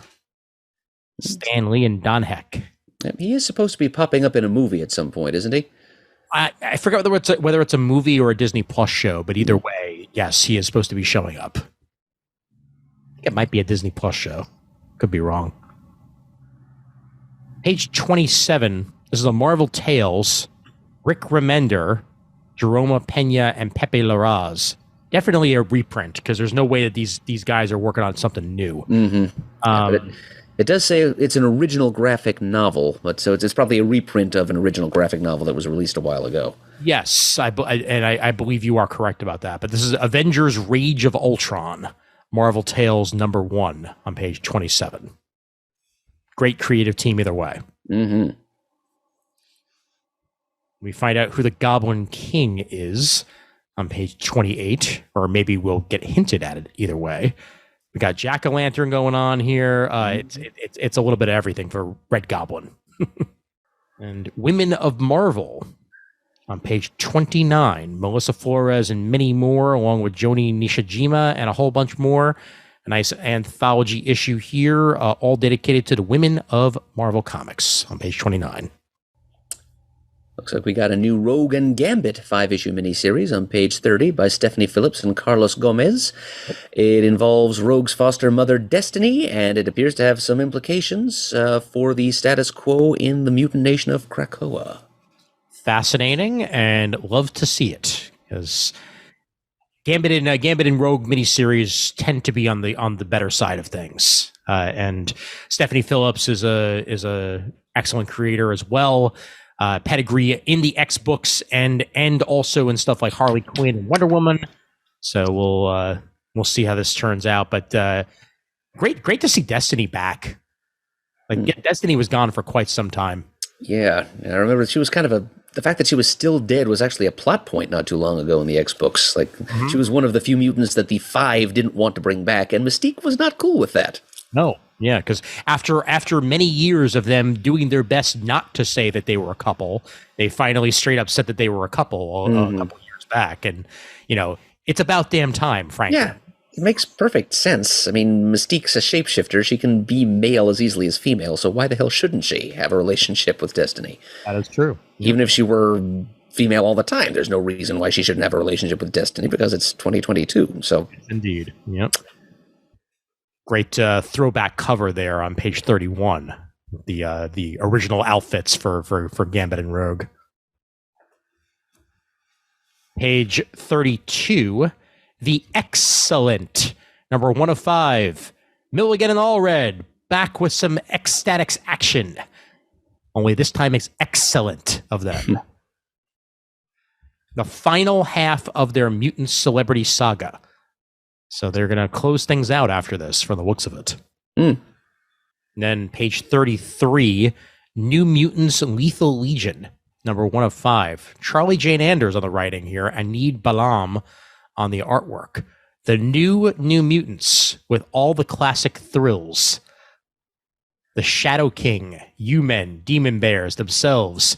The New Mutants have faced some of the most cunning minds in the Marvel Universe and survived, but when someone starts building a new Lethal Legion, will Krakoa's youngest class finally be outmatched? Featuring fan favorites like Wolfsbane and Karma, alongside explosive newcomers like Escapade. This is a series you can't miss on page 33. Everything leads to the fall of X. Don't sleep on the start. Yep. Okay. Fall of X it is. How about on the very next page for something very different? Page 34. Spider-Man Unforgiven by Tim Seeley and Sid Kotian on the artwork. Spider-Man gets the fright and fight of his life. The clanless vampires of the Forgiven. Oh, and here's a blast from the past. 90s Doctor Strange villain Salome is a part of this. Indeed. Wow, I barely remember her. I remember she had wings. Well, Tim Seeley knows how to dig deep. And dig deep he has. Why, look, here in X-Men Unforgiven, on #1 on the next page, he remembers that Jubilee was a vampire once. Luckily, she is not anymore, but her time amongst the ranks of the Bloodsuckers seems to be coming into play as she helps Wolverine, fight some of them. Yep. Very cool. And page 36, guaranteed to get the interest of a Mr. Murdo. Murder World, game over. Yeah, I wouldn't call it a guarantee necessarily. A better guess. Yep, I do like Arcade, but I haven't really been following along with these Murder World one-shots. Yeah, well, this is the Jim Zub and Ray Hawks Ray Fox finishing it up with Netho Diaz on the artwork drawers. If and when you do get to it, I'm sure it'll be enjoyable because it's arcade. It's nothing more fun than arcade. By fun, I mean murderous. Yeah. Putting the murder back in Murder World. Yeah, it had been missing for too long. You know, you gotta make sure to really double down on that. Got to protect the brand, after all. Absolutely. Oh, and that same Netho Diaz is doing the artwork on a new Predator #1 on page 37, written by Ed Brisson. Yep. Yeah, Predator. They've been doing Alien comics for a while now over at Marvel. This is a Predator comic. I feel like this might be the second Predator series they put out. I think it is. Yeah. Well, either way, this is yet another #1 out there, or it's a resolicit of the previous #1. It's hard to know in this day and age. Either way, there it is on page 37. Yes. Page 38. Clobberin Time, #1 of 5 by Steve Scroce. Yes. Written and drawn by Steve Scroce. You got it. Get some Ben Grimm Hulk fighting going on. Old school action thrown right at you. Thing and Hulk fighting each other, fighting some monsters, and finally go up against a Celestial. Okay, sounds like a fun romp. Yeah, why not? I've always wanted to see Hulk punch a Celestial. Well, you'll at least see him try. Exactly. Alrighty. Gold Goblin #5 of 5. If you were following the Gold Goblin Cantwell miniseries, that concludes here with this 5th issue with Len Medina on the artwork on page 42. I didn't want to, but I ultimately couldn't resist. Cantwell, baby, Cantwell. Yes, it's Cantwell. Cantwell. I didn't want a heroic Green Goblin story, but that's not exactly what this miniseries is anyway. Exactly. Plus, Cantwell does his usual dives into continuity. Like he's incorporating bits and pieces of Osborn backstory that most other people have forgotten. There's a Jack-o'-lantern cameo along the way. I mean, it's good comics. I had to. Hard to pass that up. And then on page 43, Spider-Man #6. It looks like these Spider-Men and Spider-Ladies are getting a bit more spider. Yeah. That's some creepy stuff. And Miles Morales, I mean, unless that's just a random Scorpion cover for no reason. Well, yeah, it's timeless. It's a timeless Scorpion Virgin variant. It doesn't... Okay. Yeah, I think Alex Ross just felt like painting the Scorpion, and Marvel said, yeah, sure, Alex, do that. We'll put it on the cover of something. Okay. This was the something. Yeah. I also dig that Stegman variant cover there with Miles eating a hamburger. That's cool. Yeah. It's a very spider image. Yes, it is. Trial by Spider is what this whole Miles Morales storyline is going on. Page 44, issue 4 by Cody Ziegler. Issue 4 of Mary Jane and Black Cat as well by Jed McKay and Vincenzo Caruto. So we're almost done with that one on 48. Yeah, looks like the Goblin Queen is still lurking about after having empowered Hallows Eve. I wonder if she has any more bags of magic trinkets to dole out. Probably, more than likely. One of those ladies will end up with one. Page 49, we get issue 6 of The Miracle Man by Gaiman and Buckingham, The Silver Age, issue 6 of that one on page 49. I read very recently, and I was fascinated by this, that they didn't just reprint the early issues of what Buckingham was putting out. Buckingham actually redrew a decent amount of it to try and put it more into his more modern style, since there were so many years, variation from when it was done to now. So that makes me even more interested in this when I do get a chance to read it. Interested, yes, but I'm also kind of interested to see what the 80s artwork looked like. There'll probably be some kind of deluxe reprint eventually that includes both versions, so that readers can do their own compare and contrast. Absolutely, yep. And then page 50 It's Jeff! Yeah! Jeff is apparently a little shark dog thing that had his own webcomic for a bit. And I think that this is the first I'm hearing of Jeff, but he's cute. Yeah. Jeff the Land Shark stars in his own fantastic comic by Kelly Thompson and Girahuru. Gurihiro. Iruhuru.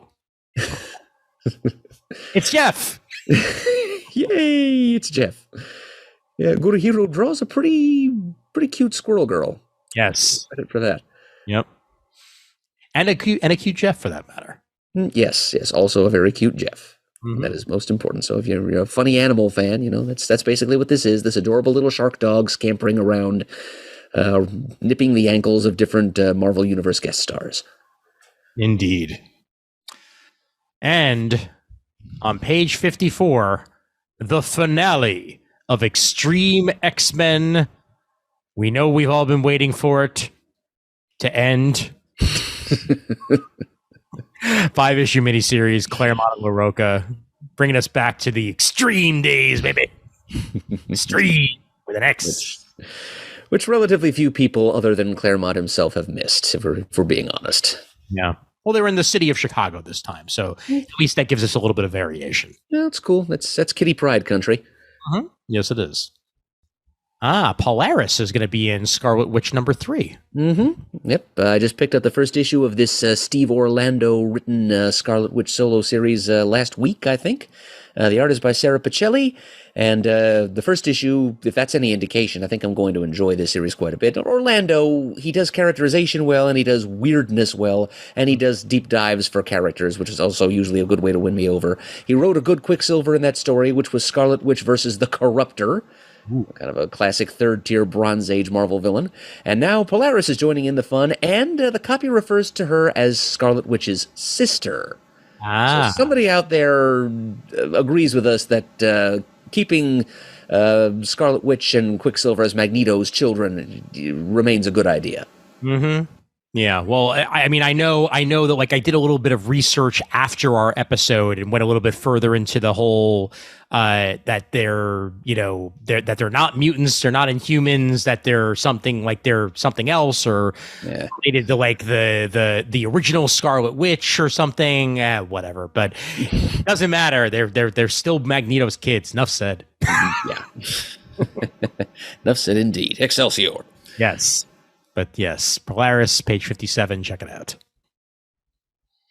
And Captain America, Sentinel of Liberty, MODOK, baby. And this time it's designed only for Control.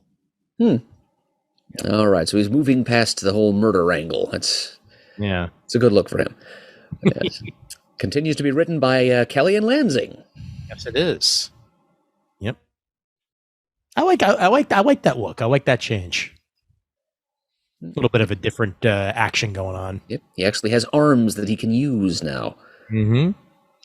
Speaking of MODOK, can't wait to talk about a trailer that dropped. All right. Yep, I saw that trailer and somehow completely missed the character that we're talking about here. He didn't show up for long, so yeah, you're not. It's not like you missed something that was in the entire trailer. Yeah. Issue 3 of 5, Avengers: War Across Time. Paul Levitz and Alan Davis continue their 5-issue miniseries. It is Paul Levitz and Alan Davis. What more is there to say? And a new Avengers Beyond miniseries on page 61.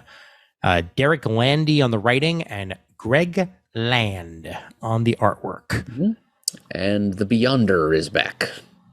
Yes. Okay. Does he know how to pee now? That's the question. He doesn't need Spider-Man to teach him how to go potty. Yes, I hope he's past that. I hope so too. Yeah.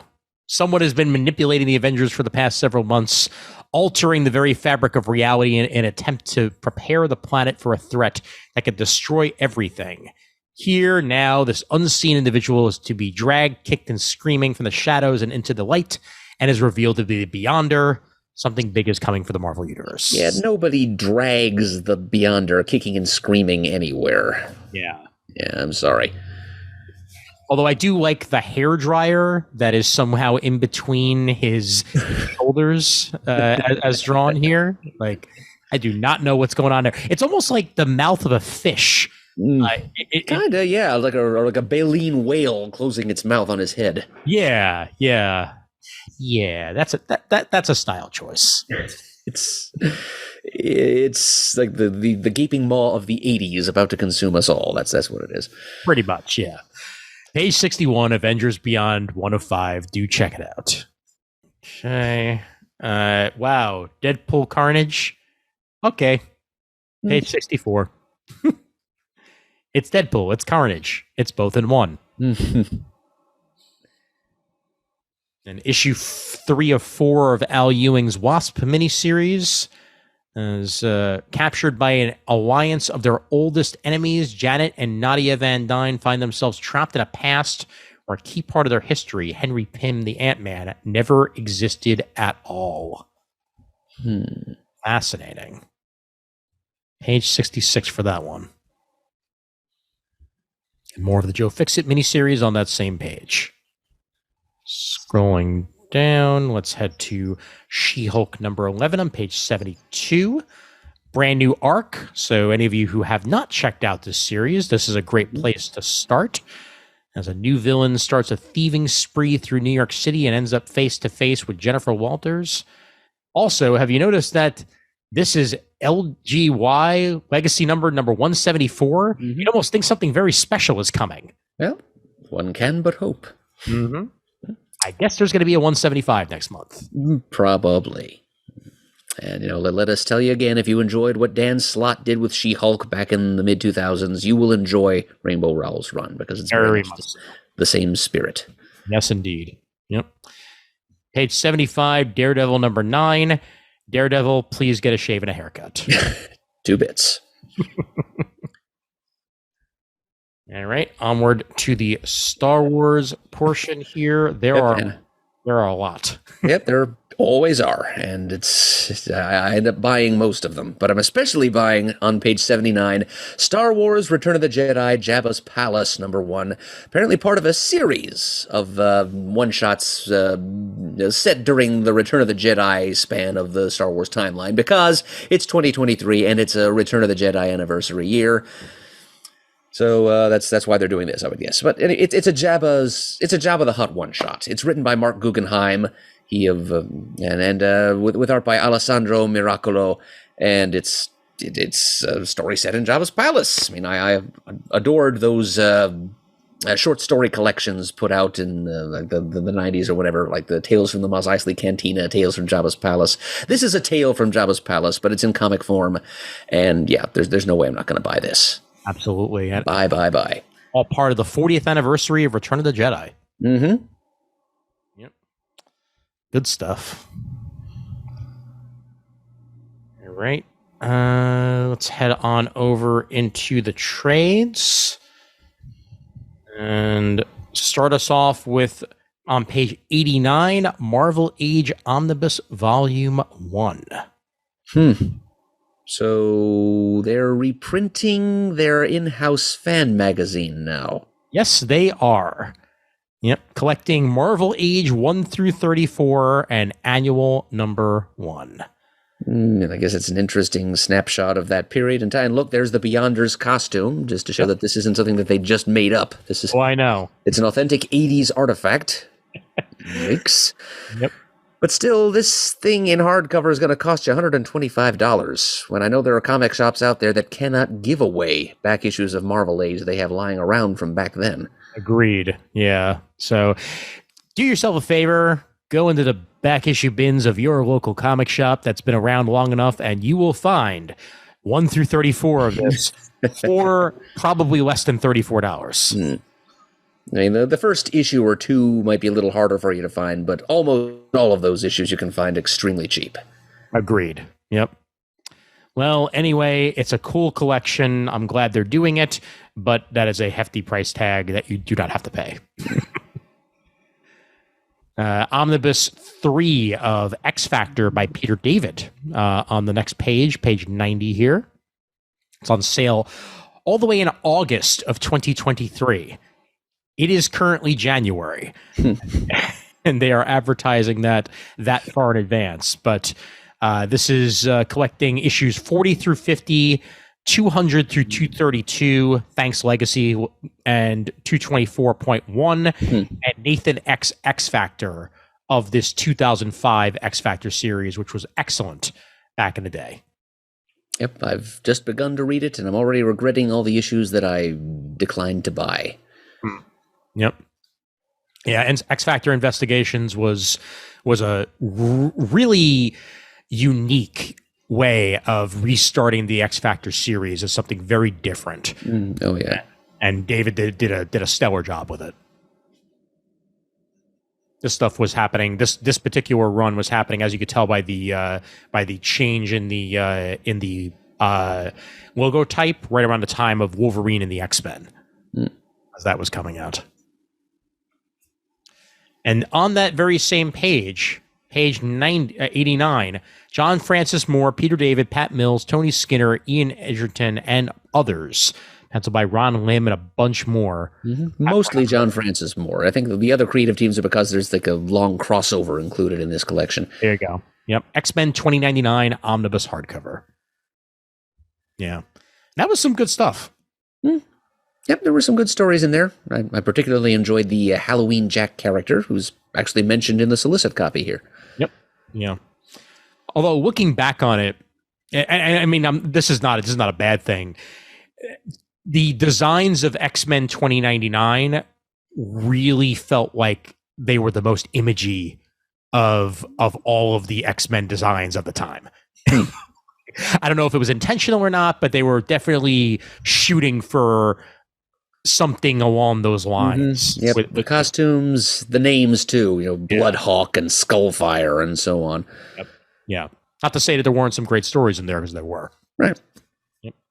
All right. Let's scroll ourselves down a little bit further here and head to page 93 as the Defenders get their second hardcover omnibus. Whole bunch of Defenders issues included within, including issues 20 to 41 of the 1972 series, the first annual, giant-sized Defenders 3 through 5, Marvel 2-in-1 6 through 7, and Marvel Treasury Edition number 12, plus materials from Mystery Tales 21, World of Fantasy 11, and Tales of Suspense number 9. Quote, using the Defenders' unlikely cast of misfits, Gerber turned Marvel's non-team into a locus of innovation by deconstructing genre conventions and adding a healthy dose of absurdity. From the elf with a gun to Bambi and the Bozos, each storyline is a challenging critique of the era's culture, while the Headmen saga is one of the high points in Gerber's celebrated career. Yes. Yep, Bronze Age bizarrerie, folks, in a mighty Marvel manner. Yep. You better believe it. Page 93 for that one. All right. Let's head over to the Al Ewing and Ram V Volume 3 of Venom. That's their Dark Web crossover, but it's Al Ewing on Venom. And eventually, I'm not that big a Venom fan, but I will wind up reading this just for the Al Ewing of it all. Oh, yes, I think we all must. Yes. Because it's not just Venom, it's Venom and Kang. Yep. That's a team up we never thought we'd see. Indeed. Page 104, Namor the Submariner Conquered Shores, written by Christopher Cantwell and penciled by Pasquale Ferry. 5 issues of Namor the Submariner with Cantwell and Ferry. It's like an old man Namor story set in the far-flung future. Which much of the world is underwater. Namor is king of even more of the planet than he already was, and he's kind of getting a little bit jaded about it all. And he reconnects with his old pal, the Human Torch, and they have an end-of-the-world adventure together. Here you go. Nicely done. Trad Moore's Doctor Strange Fall Sunrise Treasury Edition is on sale in August of 2023, but solicited here, all 4 issues of that. And also resolicited is his Silver Surfer Black Treasury Edition as well. Yep. The story of these things hardly matters. The artwork is just so eye-popping. Absolutely. If you're any kind of a fan of psychedelic imagery, I mean, for crying out loud, check out Tradd Moore's work. I mean, just even looking at this this cover image, this old school cover image they have there on page 107. Oh, yes. You cannot get better than that. Yes, that's Tradd, Tradd Moore, Moore, if you want to Google it. Yep. All right. And I think there was one. Oh, yes. So page 112. I have a little bit of a conundrum here because I'm thinking to myself, do I replace my Spider-Man Life Story trade paperback with the Spider-Man Life Story Extra trade paperback? Now that this will include the Spider-Man Life Story Annual that came out about a year after Spider-Man Life Story was said and done. So I will have to think about that. Maybe perhaps eBay will go where my life story goes, and this I will go ahead and get the extra when it's on sale in May 2023 because that annual was terrific. It's a great J. Jonah Jameson story. Yes, it is. That's there on page 112. All right, and finish it off with some Epic collections. We get on 116 Avengers West Coast Epic Collection. As we go through Avengers West Coast 65 through 82 and annual number 6. Roy Thomas and Dan Thomas on the writing chores here with artwork by Paul Ryan, Steve Butler, Dave Ross, George Freeman, and Herb Trimpe. Old school Avengers West Coast action. And some Gruenwald and Thomas and Mars and Nicieza Captain America on page 117. The later end of the Captain America run. Yep. And this includes, I think, the Iron Cap stories where Cap's the super soldier serum was giving him like nervous system deterioration. Yep. Basically, he was getting MS from the super soldier serum, and he needed to wear a suit of armor just to move around. Those were some times. Yeah, they were indeed sometimes. I know Jamie would be shaking his head if we even at the mere mention of it. I agree. Yep. But this is something a little bit better than that. Page 118, Star Wars Legends Epic Collection, the original Marvel Years, Volume 6, with stories by Ann Nesenti, Joe Duffy, Archie Goodwin, and Matthew Rosenberg. Penciled by Brett Blevins, Bob McLeod, Tony Sammons, Sal Buscema, Ron Frenz, Al Williamson, and others. And this takes us up to the end of the original Star Wars series from Marvel, collecting issues number 89 through 107, and even the much later published Star Wars number 108, which didn't come out until 2019. That's kind of a well after the fact, post-mortem to the whole thing. Similar to the Blackest Night issues of some DC Comics that came out long after their series was said and done. Exactly.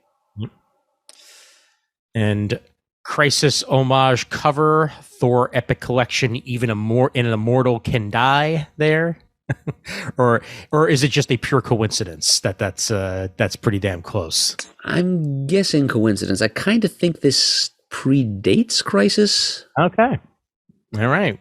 I can't be sure here. It's 260 to 280. It's pretty close. Yeah. But I mean, the image, Balder with the mistletoe arrow in his heart, that does come right out of Norse mythology. Oh, of course. Yes. Drawing it to look like that might be a Crisis. I don't know where exactly these issues of Thor, when exactly they were published in relation to 1985. Well, either way, this is Even an Immortal Can Die. By Len Wein and Roy Thomas with Roger Stern, Bill Mantlo, and Don Glutt. Collecting 260 through 280, annual 6 and 7, and Marvel Preview number 10 from the Thor Epic Collection here, Volume 9. I'm real quick looking up when issue 260 came out, just so I know. And that was released. Oh, yeah. Issue 260 is way before Crisis. That's back in 1977. Okay, so this covers 260 through 280, so that's like only about 2 years of story. So yes, this definitely predates Perez's Crisis cover. All right. Well, then now we know George Perez was homaging. No, it's just pure coincidence. Yes. So let's go with that. Yes, definitely. And one more here, the X-Men Epic Collection, Second Genesis by Claremont and Ween and Mantlo, penciled by Cockrum, John Byrne, Sal Buscema, Bob Brown, and Tony DeZuniga. Or is it DeZunica? Either way. I'm not sure myself. Giant size X-Men #1s included in this collection. That's really all you need to know. That's that era of X-Men, definitely, with X-Men 94 through 110 thrown in there, Marvel Team Up 53, 69 and through 70, and annual #1, Iron Fist 14 through 15. Sabretooth's first appearances. There you go. And materials from Foom #10. This is a brand new printing of this one. So if you missed out on it, you get another one here on 120. Yep, it's the beginnings of the all new, all different X-Men. You got it. You got it. You got it. Alrighty, and I think that's that. All right. Okay, back on to the previous catalog. Yep, and here in the main book, we find that as far as anybody at Previews knows, Aftershock is still publishing material. Yes. That's all I have to say. A very, very, very hearty sigh. As of now, these books are still scheduled to come out, but they're dealing with a bankruptcy issue right now, and I'm sure we'll discuss it more in our upcoming comic talk if we get any further information. But hopefully, it's just going to be a restructuring and not a complete, dissolving of Aftershock. So that is to be hoped for, because Aftershock has been putting out some interesting series. Agreed. Yeah. So anything you see here, in the solicits for Aftershock may very well either be delayed or not wind up coming out at all. But they're still there. So if you want to check them out, by all means, do so. All right. I actually don't really have anything from Aftershock this month, so I'm going to head over to Titan. Oh, where we find a comic written by Jamie Lee Curtis? Yes, indeed. Jamie Lee Curtis is a huge nerd, and has been for most of her life. And she's actually gone around with her kids at Comic Cons in full cosplay, so that she herself doesn't get recognized on the floor. That's clever. Killing two birds there. Yep. And here on page 230, we have Mother Nature, as you said, written by Jamie Lee Curtis, along with Russell Goldman, with art by Carl Stevens. Adapted from their screenplay for an upcoming film. Yep. After witnessing her father die in mysterious circumstances on one of the Cobalt Corporation's experimental oil extraction projects, Nova Terrell has grown up to despise the seemingly benevolent company relied upon by the town of Cat Creek, New Mexico. The rebellious Nova wages a campaign of sabotage against the oil giant until one night she accidentally makes a terrifying discovery about the true nature of the Mother Nature Project and a threat that could destroy the entire town. Yeah, no, very, very cool. And that's some damn good artwork. Very unique art style. Not at all anything that I've really seen in recent memory. Yeah, it's photorealistic while also very comic book. Good stuff. Welcome, Jamie Lee Curtis, to the world of comics. Page 232, we have the original Conan the Barbarian comics omnibus by Roy Thomas and Barry Windsor Smith. Yep, originally published by a certain other company. I think we all know which one. Yep. And now it's being published again, not under Marvel.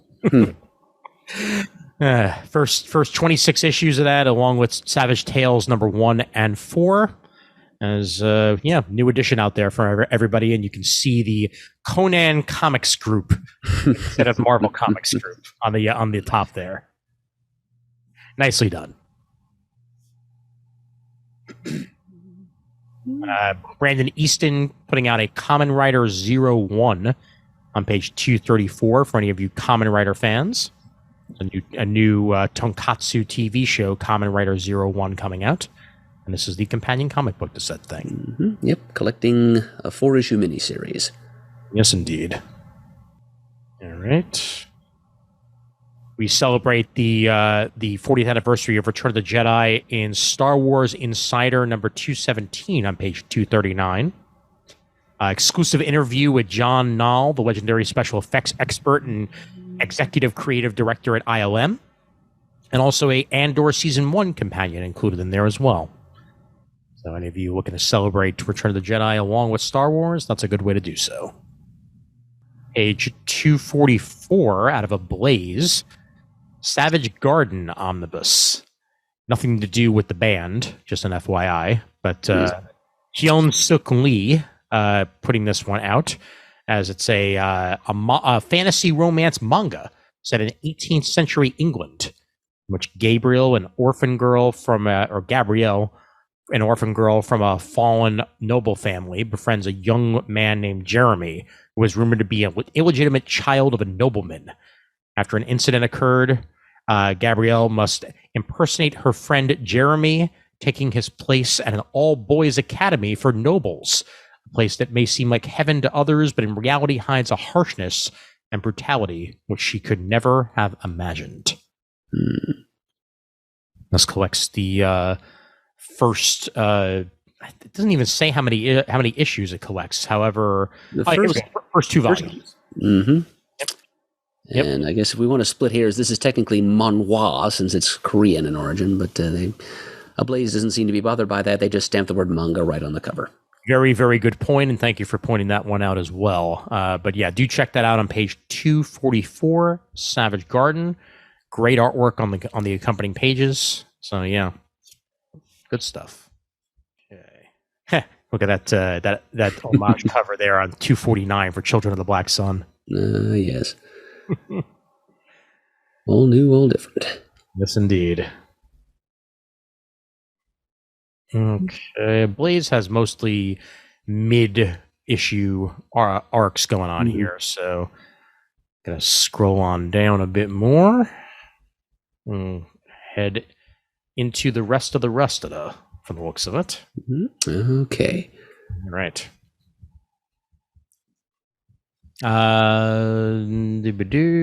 There we go. Parker Girls Volume 1, Dead Quiet. Finally, we get a full trade paperback out of Parker Girls here for you, for all you Terry Moore fans on page 266, collecting issues 1 through 5 of Parker Girls.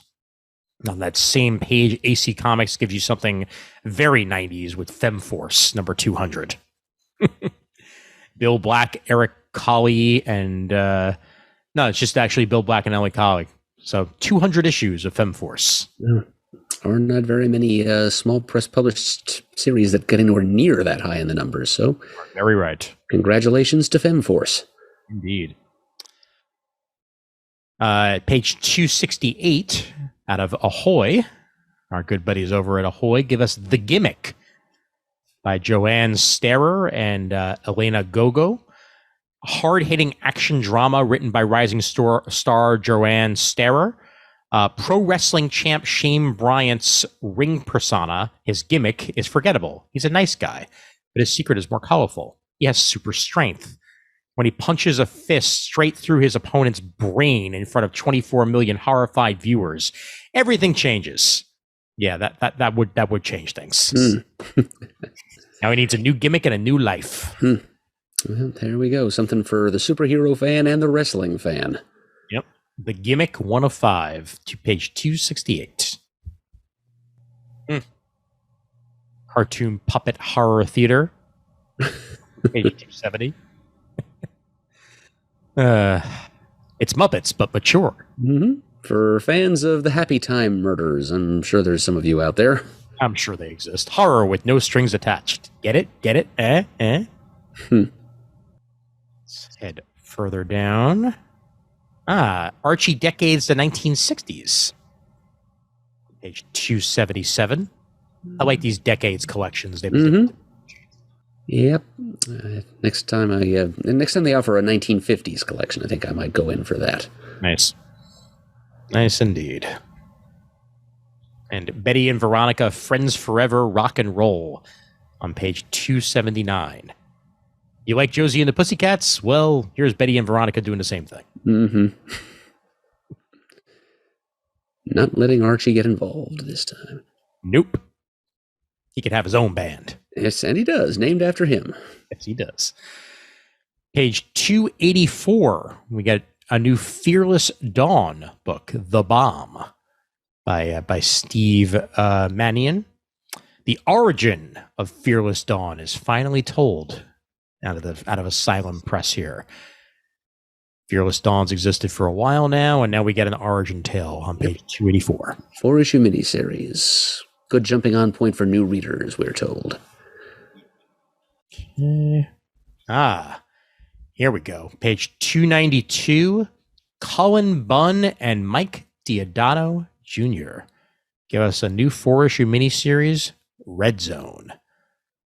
All about Randall Crane, an unassuming American professor of Russian and Slavic studies at NYU, who's called in by the U.S. government for a secret international mission back to Russia, where his long-buried secrets come to light.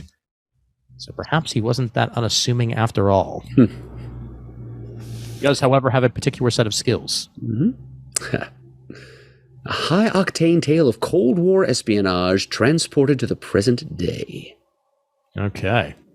I'm in. Sure, Mr. Eberly is probably going to be in. I was thinking the same thing. This is right up my alley here, and a dynamite creative team of Bunn and Diodato. Look at that Bond-esque cover there, that variant cover there, and that is Diodato artwork there. So that's what you can expect inside as well. Nicely done. Nicely done. Ooh, and there's more of what you can expect inside. Look, I love the panel breakdown there. Oh, it's great. Yeah.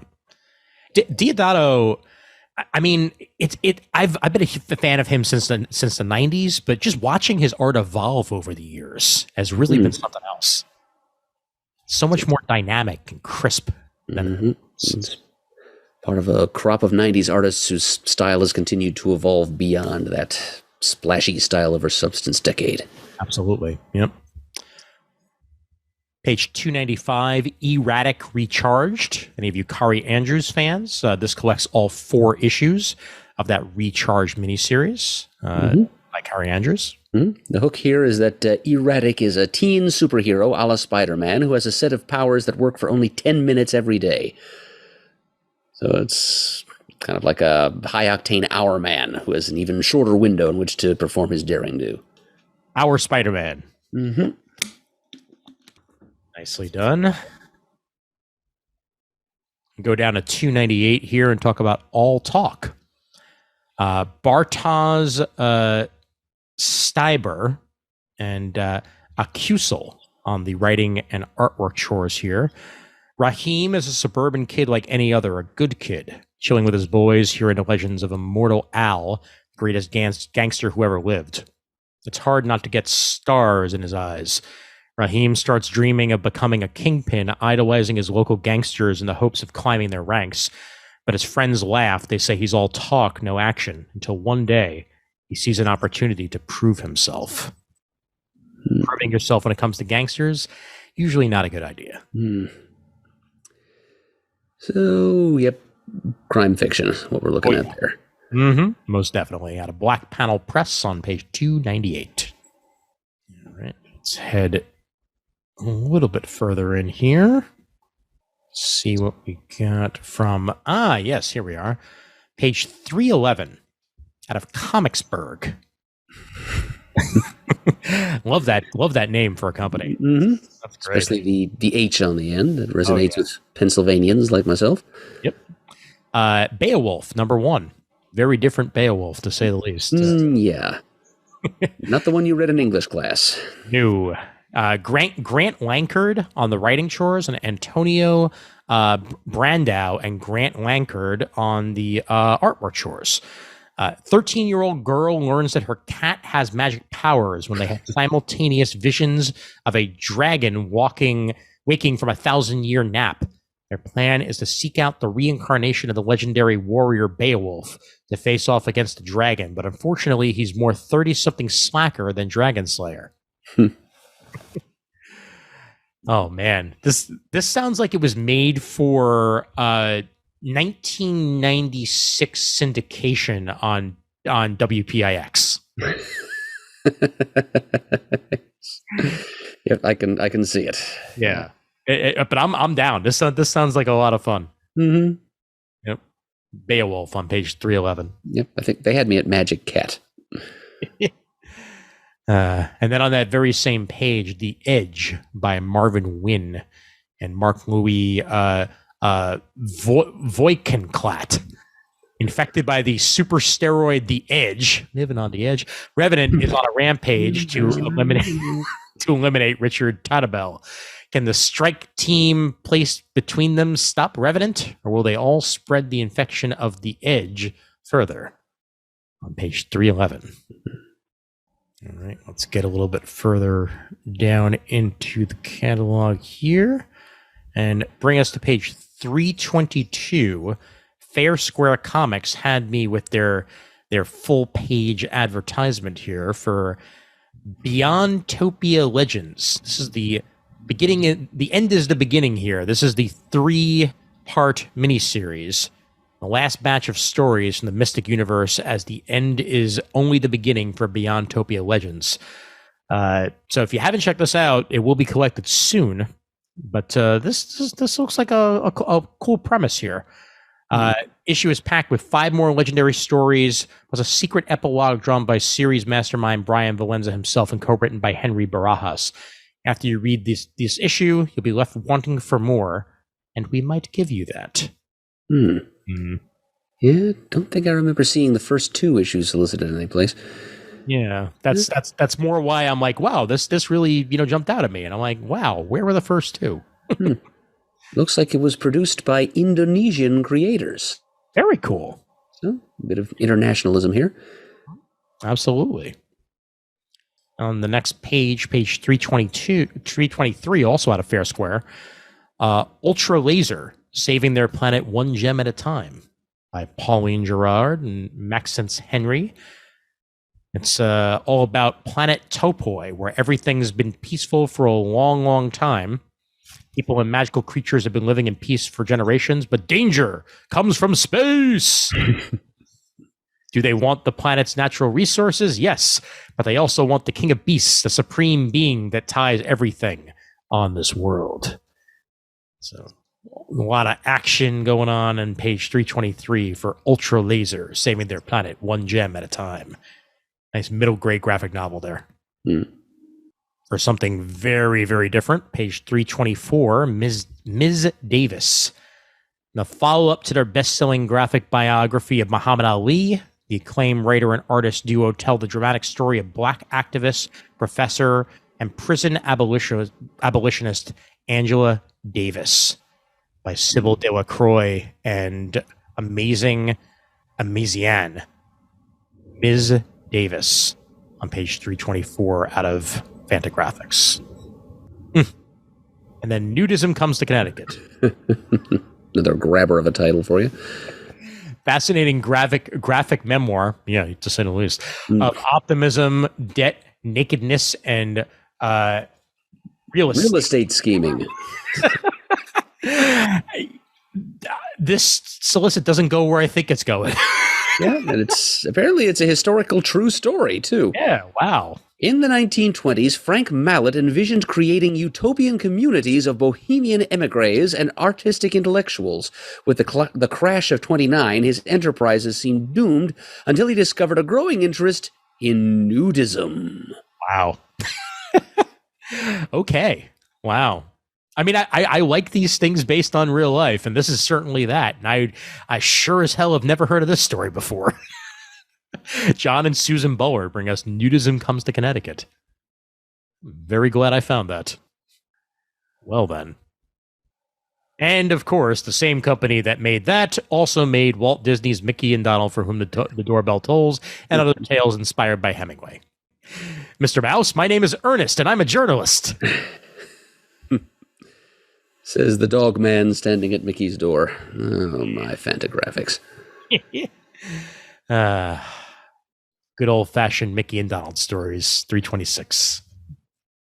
Page 330, The Mare, a graphic novel by Seth Martell.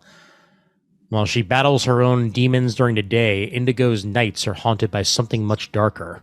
Everyone else may be enjoying the summer, but Indigo's life isn't going so well. Her dad's marriage just ended in a very public divorce, and now he's drinking again. Indy barely graduated from high school. She just lost her job, and she doesn't know what to do with her life. The stress is causing her nightmarish sleep paralysis, or so she thinks. Indy confides in her best friend, Kasla, who blames the Mare for her troubles, the spirit of someone wronged that saps its victim's energy at night. That sounds crazy to Indy, but is it? I'm guessing by the name of the book that it's not crazy. The Mare. Mm-hmm. But of course, my brain immediately goes to Mare of Easttown. Very different thing. Yeah. It's equally dark, I'd say, but a different kind of dark. Very much so, yep. Murdered my dirter. $3.35 for something much cuter. Squished. Scholastic brings it by Megan Wagner Lloyd and Michelle Mee Nutter. 11-year-old Avery Lee loves living in Hickory Valley, Maryland. She loves her neighborhood school and end of summer fair she always goes to with her 2 best friends, but she's tired of feeling squished by her 6 siblings, and she wants to break out on her own a little bit. And that's what Squished is all about. Coming to a book fair near you. You better believe it. $3.35. Nothing better than a Scholastic book fair when I was a kid. Ooh. Oh, back up there was something that my dad would appreciate. Oh yeah, page 336. There, it's John. A little higher, please. Just scroll. There we go. Thank you. The best of John Buscema's Roy Rogers comics coming out from Hermes Press. 272 pages of classic, like vintage 50s Western comics, drawn by a man better known today for his work on superheroes. And my dad was a Roy Rogers fan, and he had I think he had like the Roy Rogers crossover tie-in cap gun and everything. So he might actually have read some of these when he was a kid. Very cool. Yeah, I didn't know John Buscema ever worked on this stuff, so that's a little new news to me. Nope, he got around. He was in the business for a long time. Yes, indeed. Good stuff. All right. See if there's anything new out of Humanoids this month. Yeah, why not? Page 344. Pixies of the 60s. You really got me now. Great title. Yes. I think I already like the concept. This is more Euro comics here, which is kind of Humanoids' specialty. 1960s, the UK. London is alive with music, art, fashion, and fairies. The Fae have revealed themselves to humanity. But is the world ready? I'm guessing they're probably not 100% ready. Well, given everything else the world was dealing with in the 60s, fairies probably wouldn't have seemed like the biggest surprise. Point. Yeah. But this looks like a really cool concept. And the artwork is great. Yep. Very tempting. Very tempting. Indeed. 2 fables of modern folklore from contemporary comics masters. Page 344. Look at that artwork. Lush colors. Pixies meet hippies. Yep. And on page 349 out of Humanoids, Sap Hunters. Through the branches of the gigantic world tree, Pierig searches for the source of the malevolence that poisons the sap. It's an oversized format hardcover that immerses you in this wild, luscious world drawn by the masterful hands of Ristorcelli. Page 349. Mature reader's comic. Throw that in there as well. But boy, oh boy, is it pretty.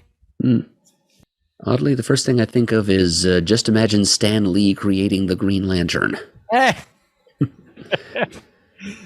I'm sure it's much, much better than that, though. Oh, yeah. And there's something I have not seen in quite some time. What I unfortunately am seeing yet again under IDW is a whole bunch of cover image coming soon.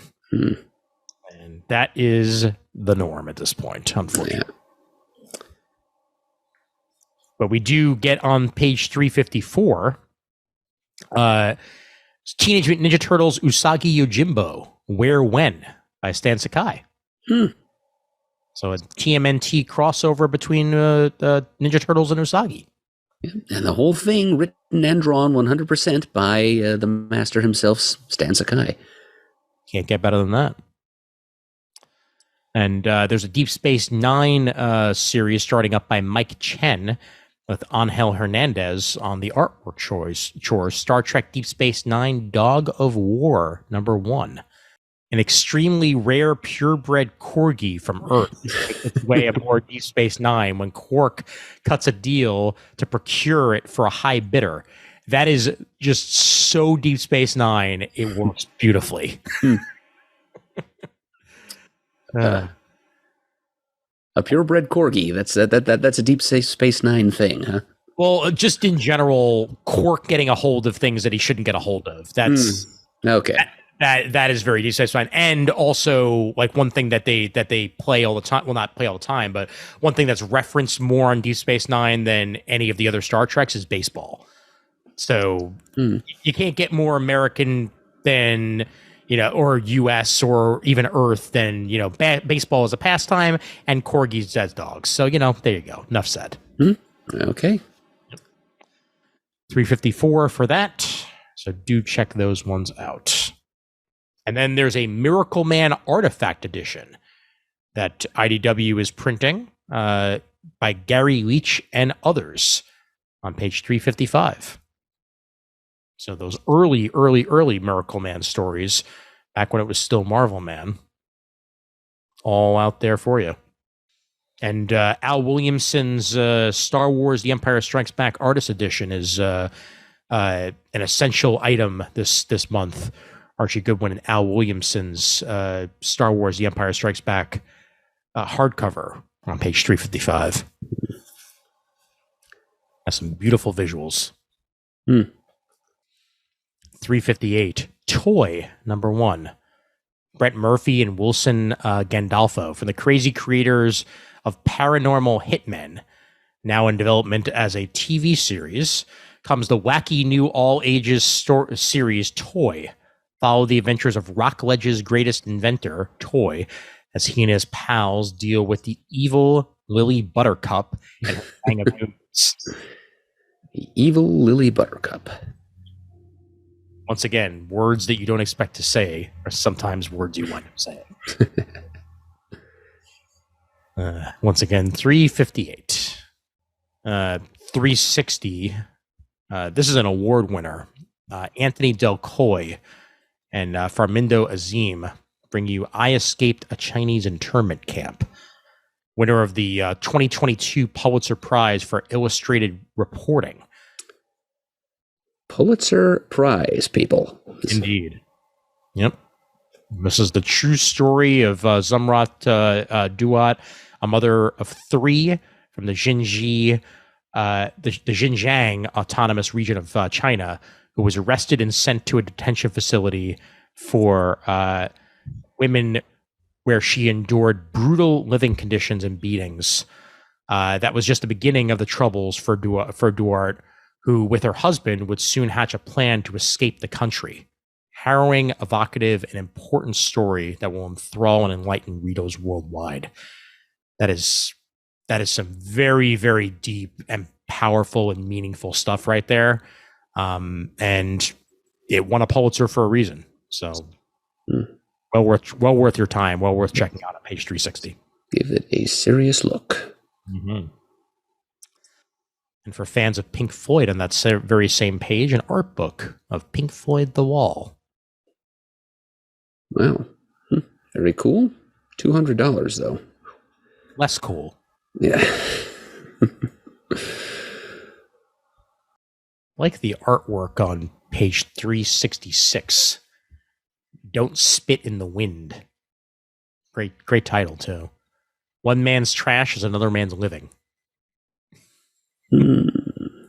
Set in another one of those post-ecological disaster worlds where everything is trash and toxic waste. Yep. And armored scavengers, such as the one depicted on the cover, have to pick through the remains to make a living out of whatever they can find. Mm-hmm. Yep. Nice end of the world premise there, and that's some very evocative artwork to go along with it.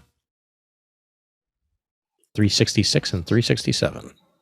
Oh. And a new Monkey King story on page 372, or a retelling of Monkey King, that is. The Monkey King Journey to the West by Chico. When a bolt of lightning strikes a mountainside, curious monkey Sun Wukong is born. Fascinated by the world around him, he befriends a local tribe of monkeys, and through his curiosity and fearlessness, finds himself declared their king. Fantastic travels bring together a motley party of misfits destined to become heroes, with this Monkey King Journey to the West story on page 372. Like a Wushu Wizard of Oz, it's described. 374, Queen in Comics. Brian May, Roger Taylor, and Freddie Mercury form one of the greatest rock bands in the world. Under the leadership of its charismatic singer, Queen is a planetary success for each hit with its decadent shows. And these are just some of the great stories and little secrets surrounding the legend that are all included here with Queen in Comics by Emmanuel Marie and Sophie Blitman. A mustache that brought together nations. 374. It's a kind of magic. Yes, it is. Okay. Oni still exists too, apparently. So that's good. That's good. Yeah. If they can keep their stuff together, maybe Aftershock can do the same. I hope so. Page 385. Actually, I'm sorry, 384. A la Brava, Latina Superhero Team Volume 1, trade paperback by Kanan Phoenix and Renata Garcia. All about a group of Latina superheroes.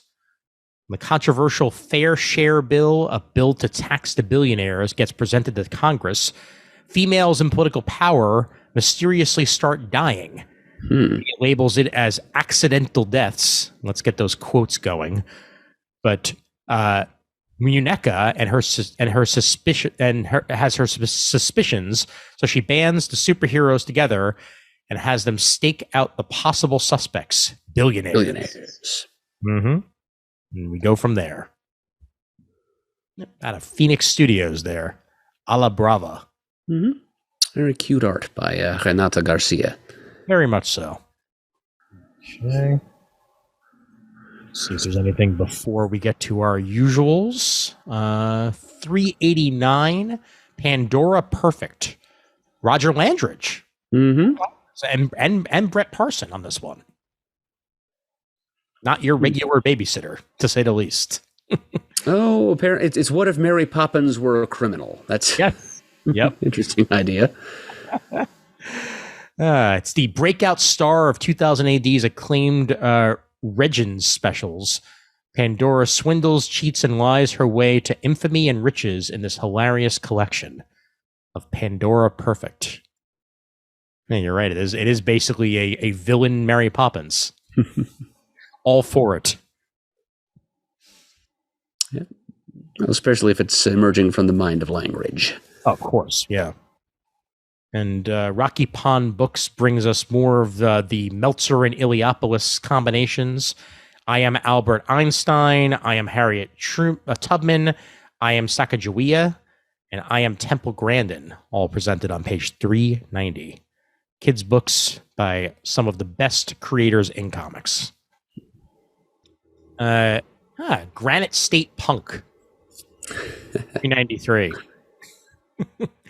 Great title.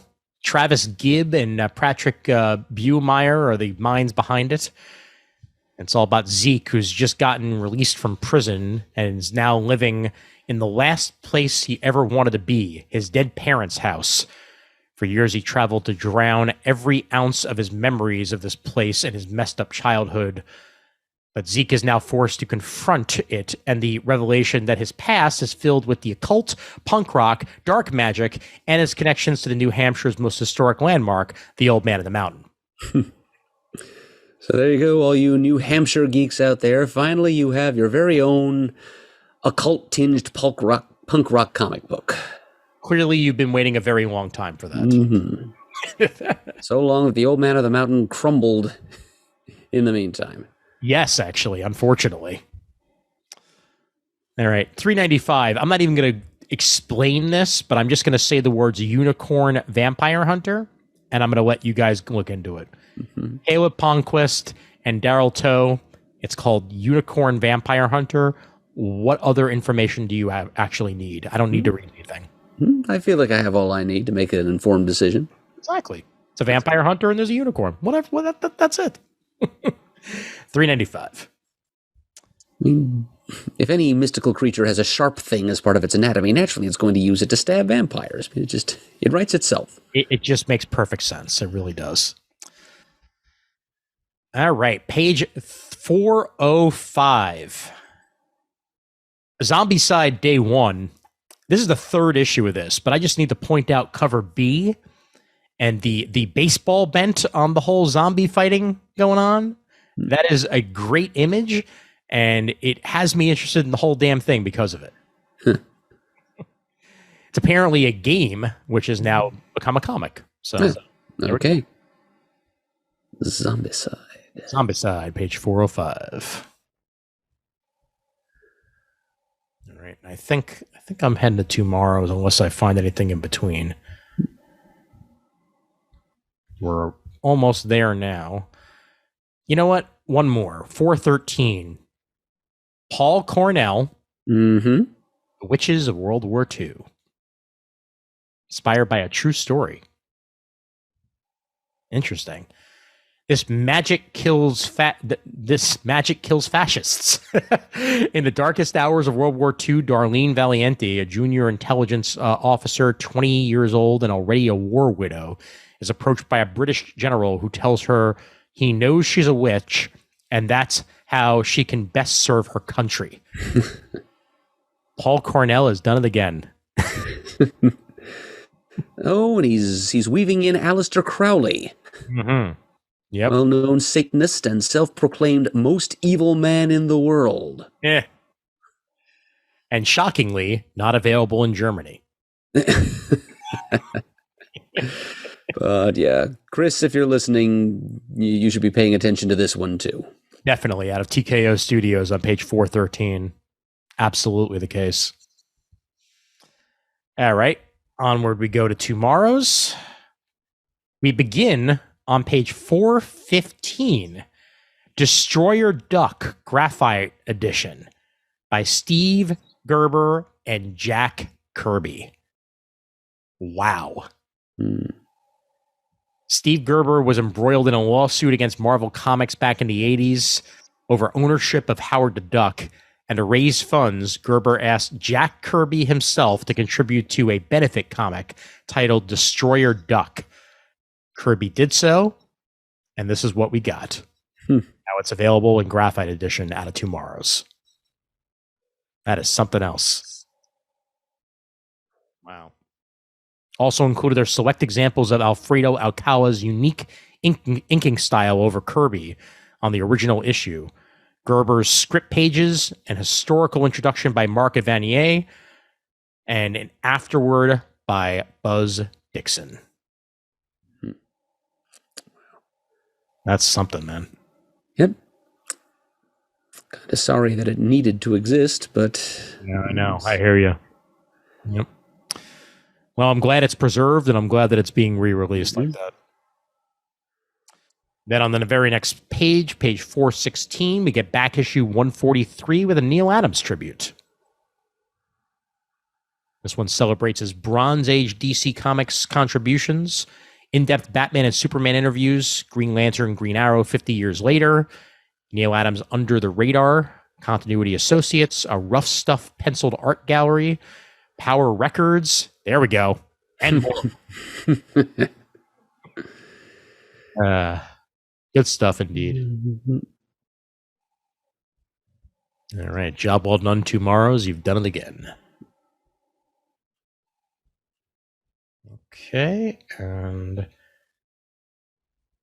page 417. This is a reference book, but just to point out, Blockheads, Beagles, and Sweet Baboos.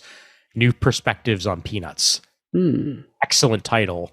Michelle Ann Abate, with artwork by, of course, Schultz himself, gives you a nice reference book on the history of the Peanuts. Yeah, looks like a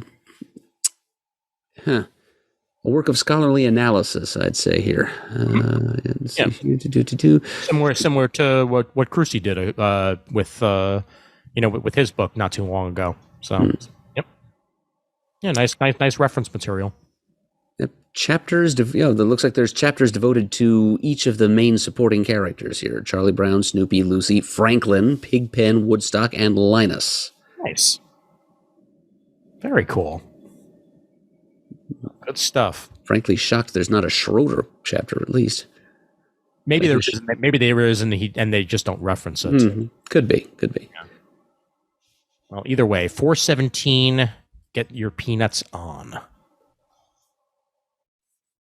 Page 419 over in Valiant, Exo Manowar Unconquered, Becky Cloonan and Michael Conrad with art by Liam Sharp. Continuing the Exo Manowar saga. It was Liam Sharp who wrote those The Green Lantern stories, teamed with Grant Morrison a few years ago. So British creator with a fine background in science fiction storytelling, and this is going to be a good Exo story. Oh yeah, no question about it. All right, and I'm going to head over to manga. Unless something catches my eye before then, but even if it does, I think I'm ready for manga.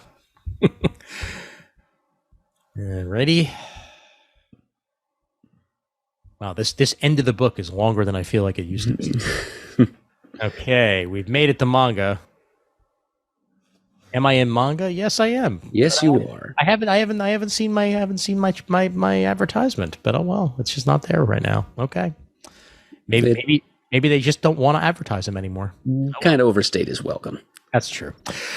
467 out of Viz. Insomniacs After School.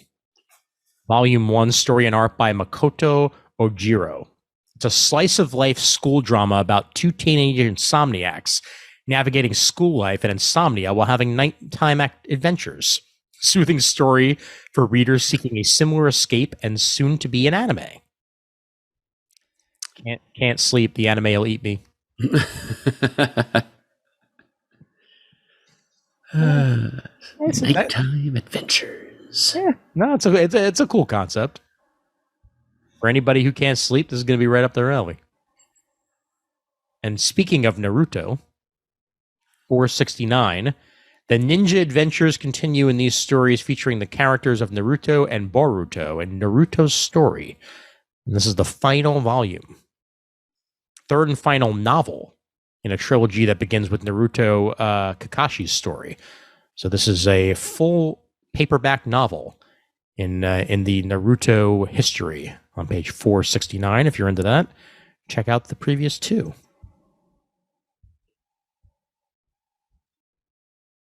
Hmm. 474. What's wrong with Secretary Kim?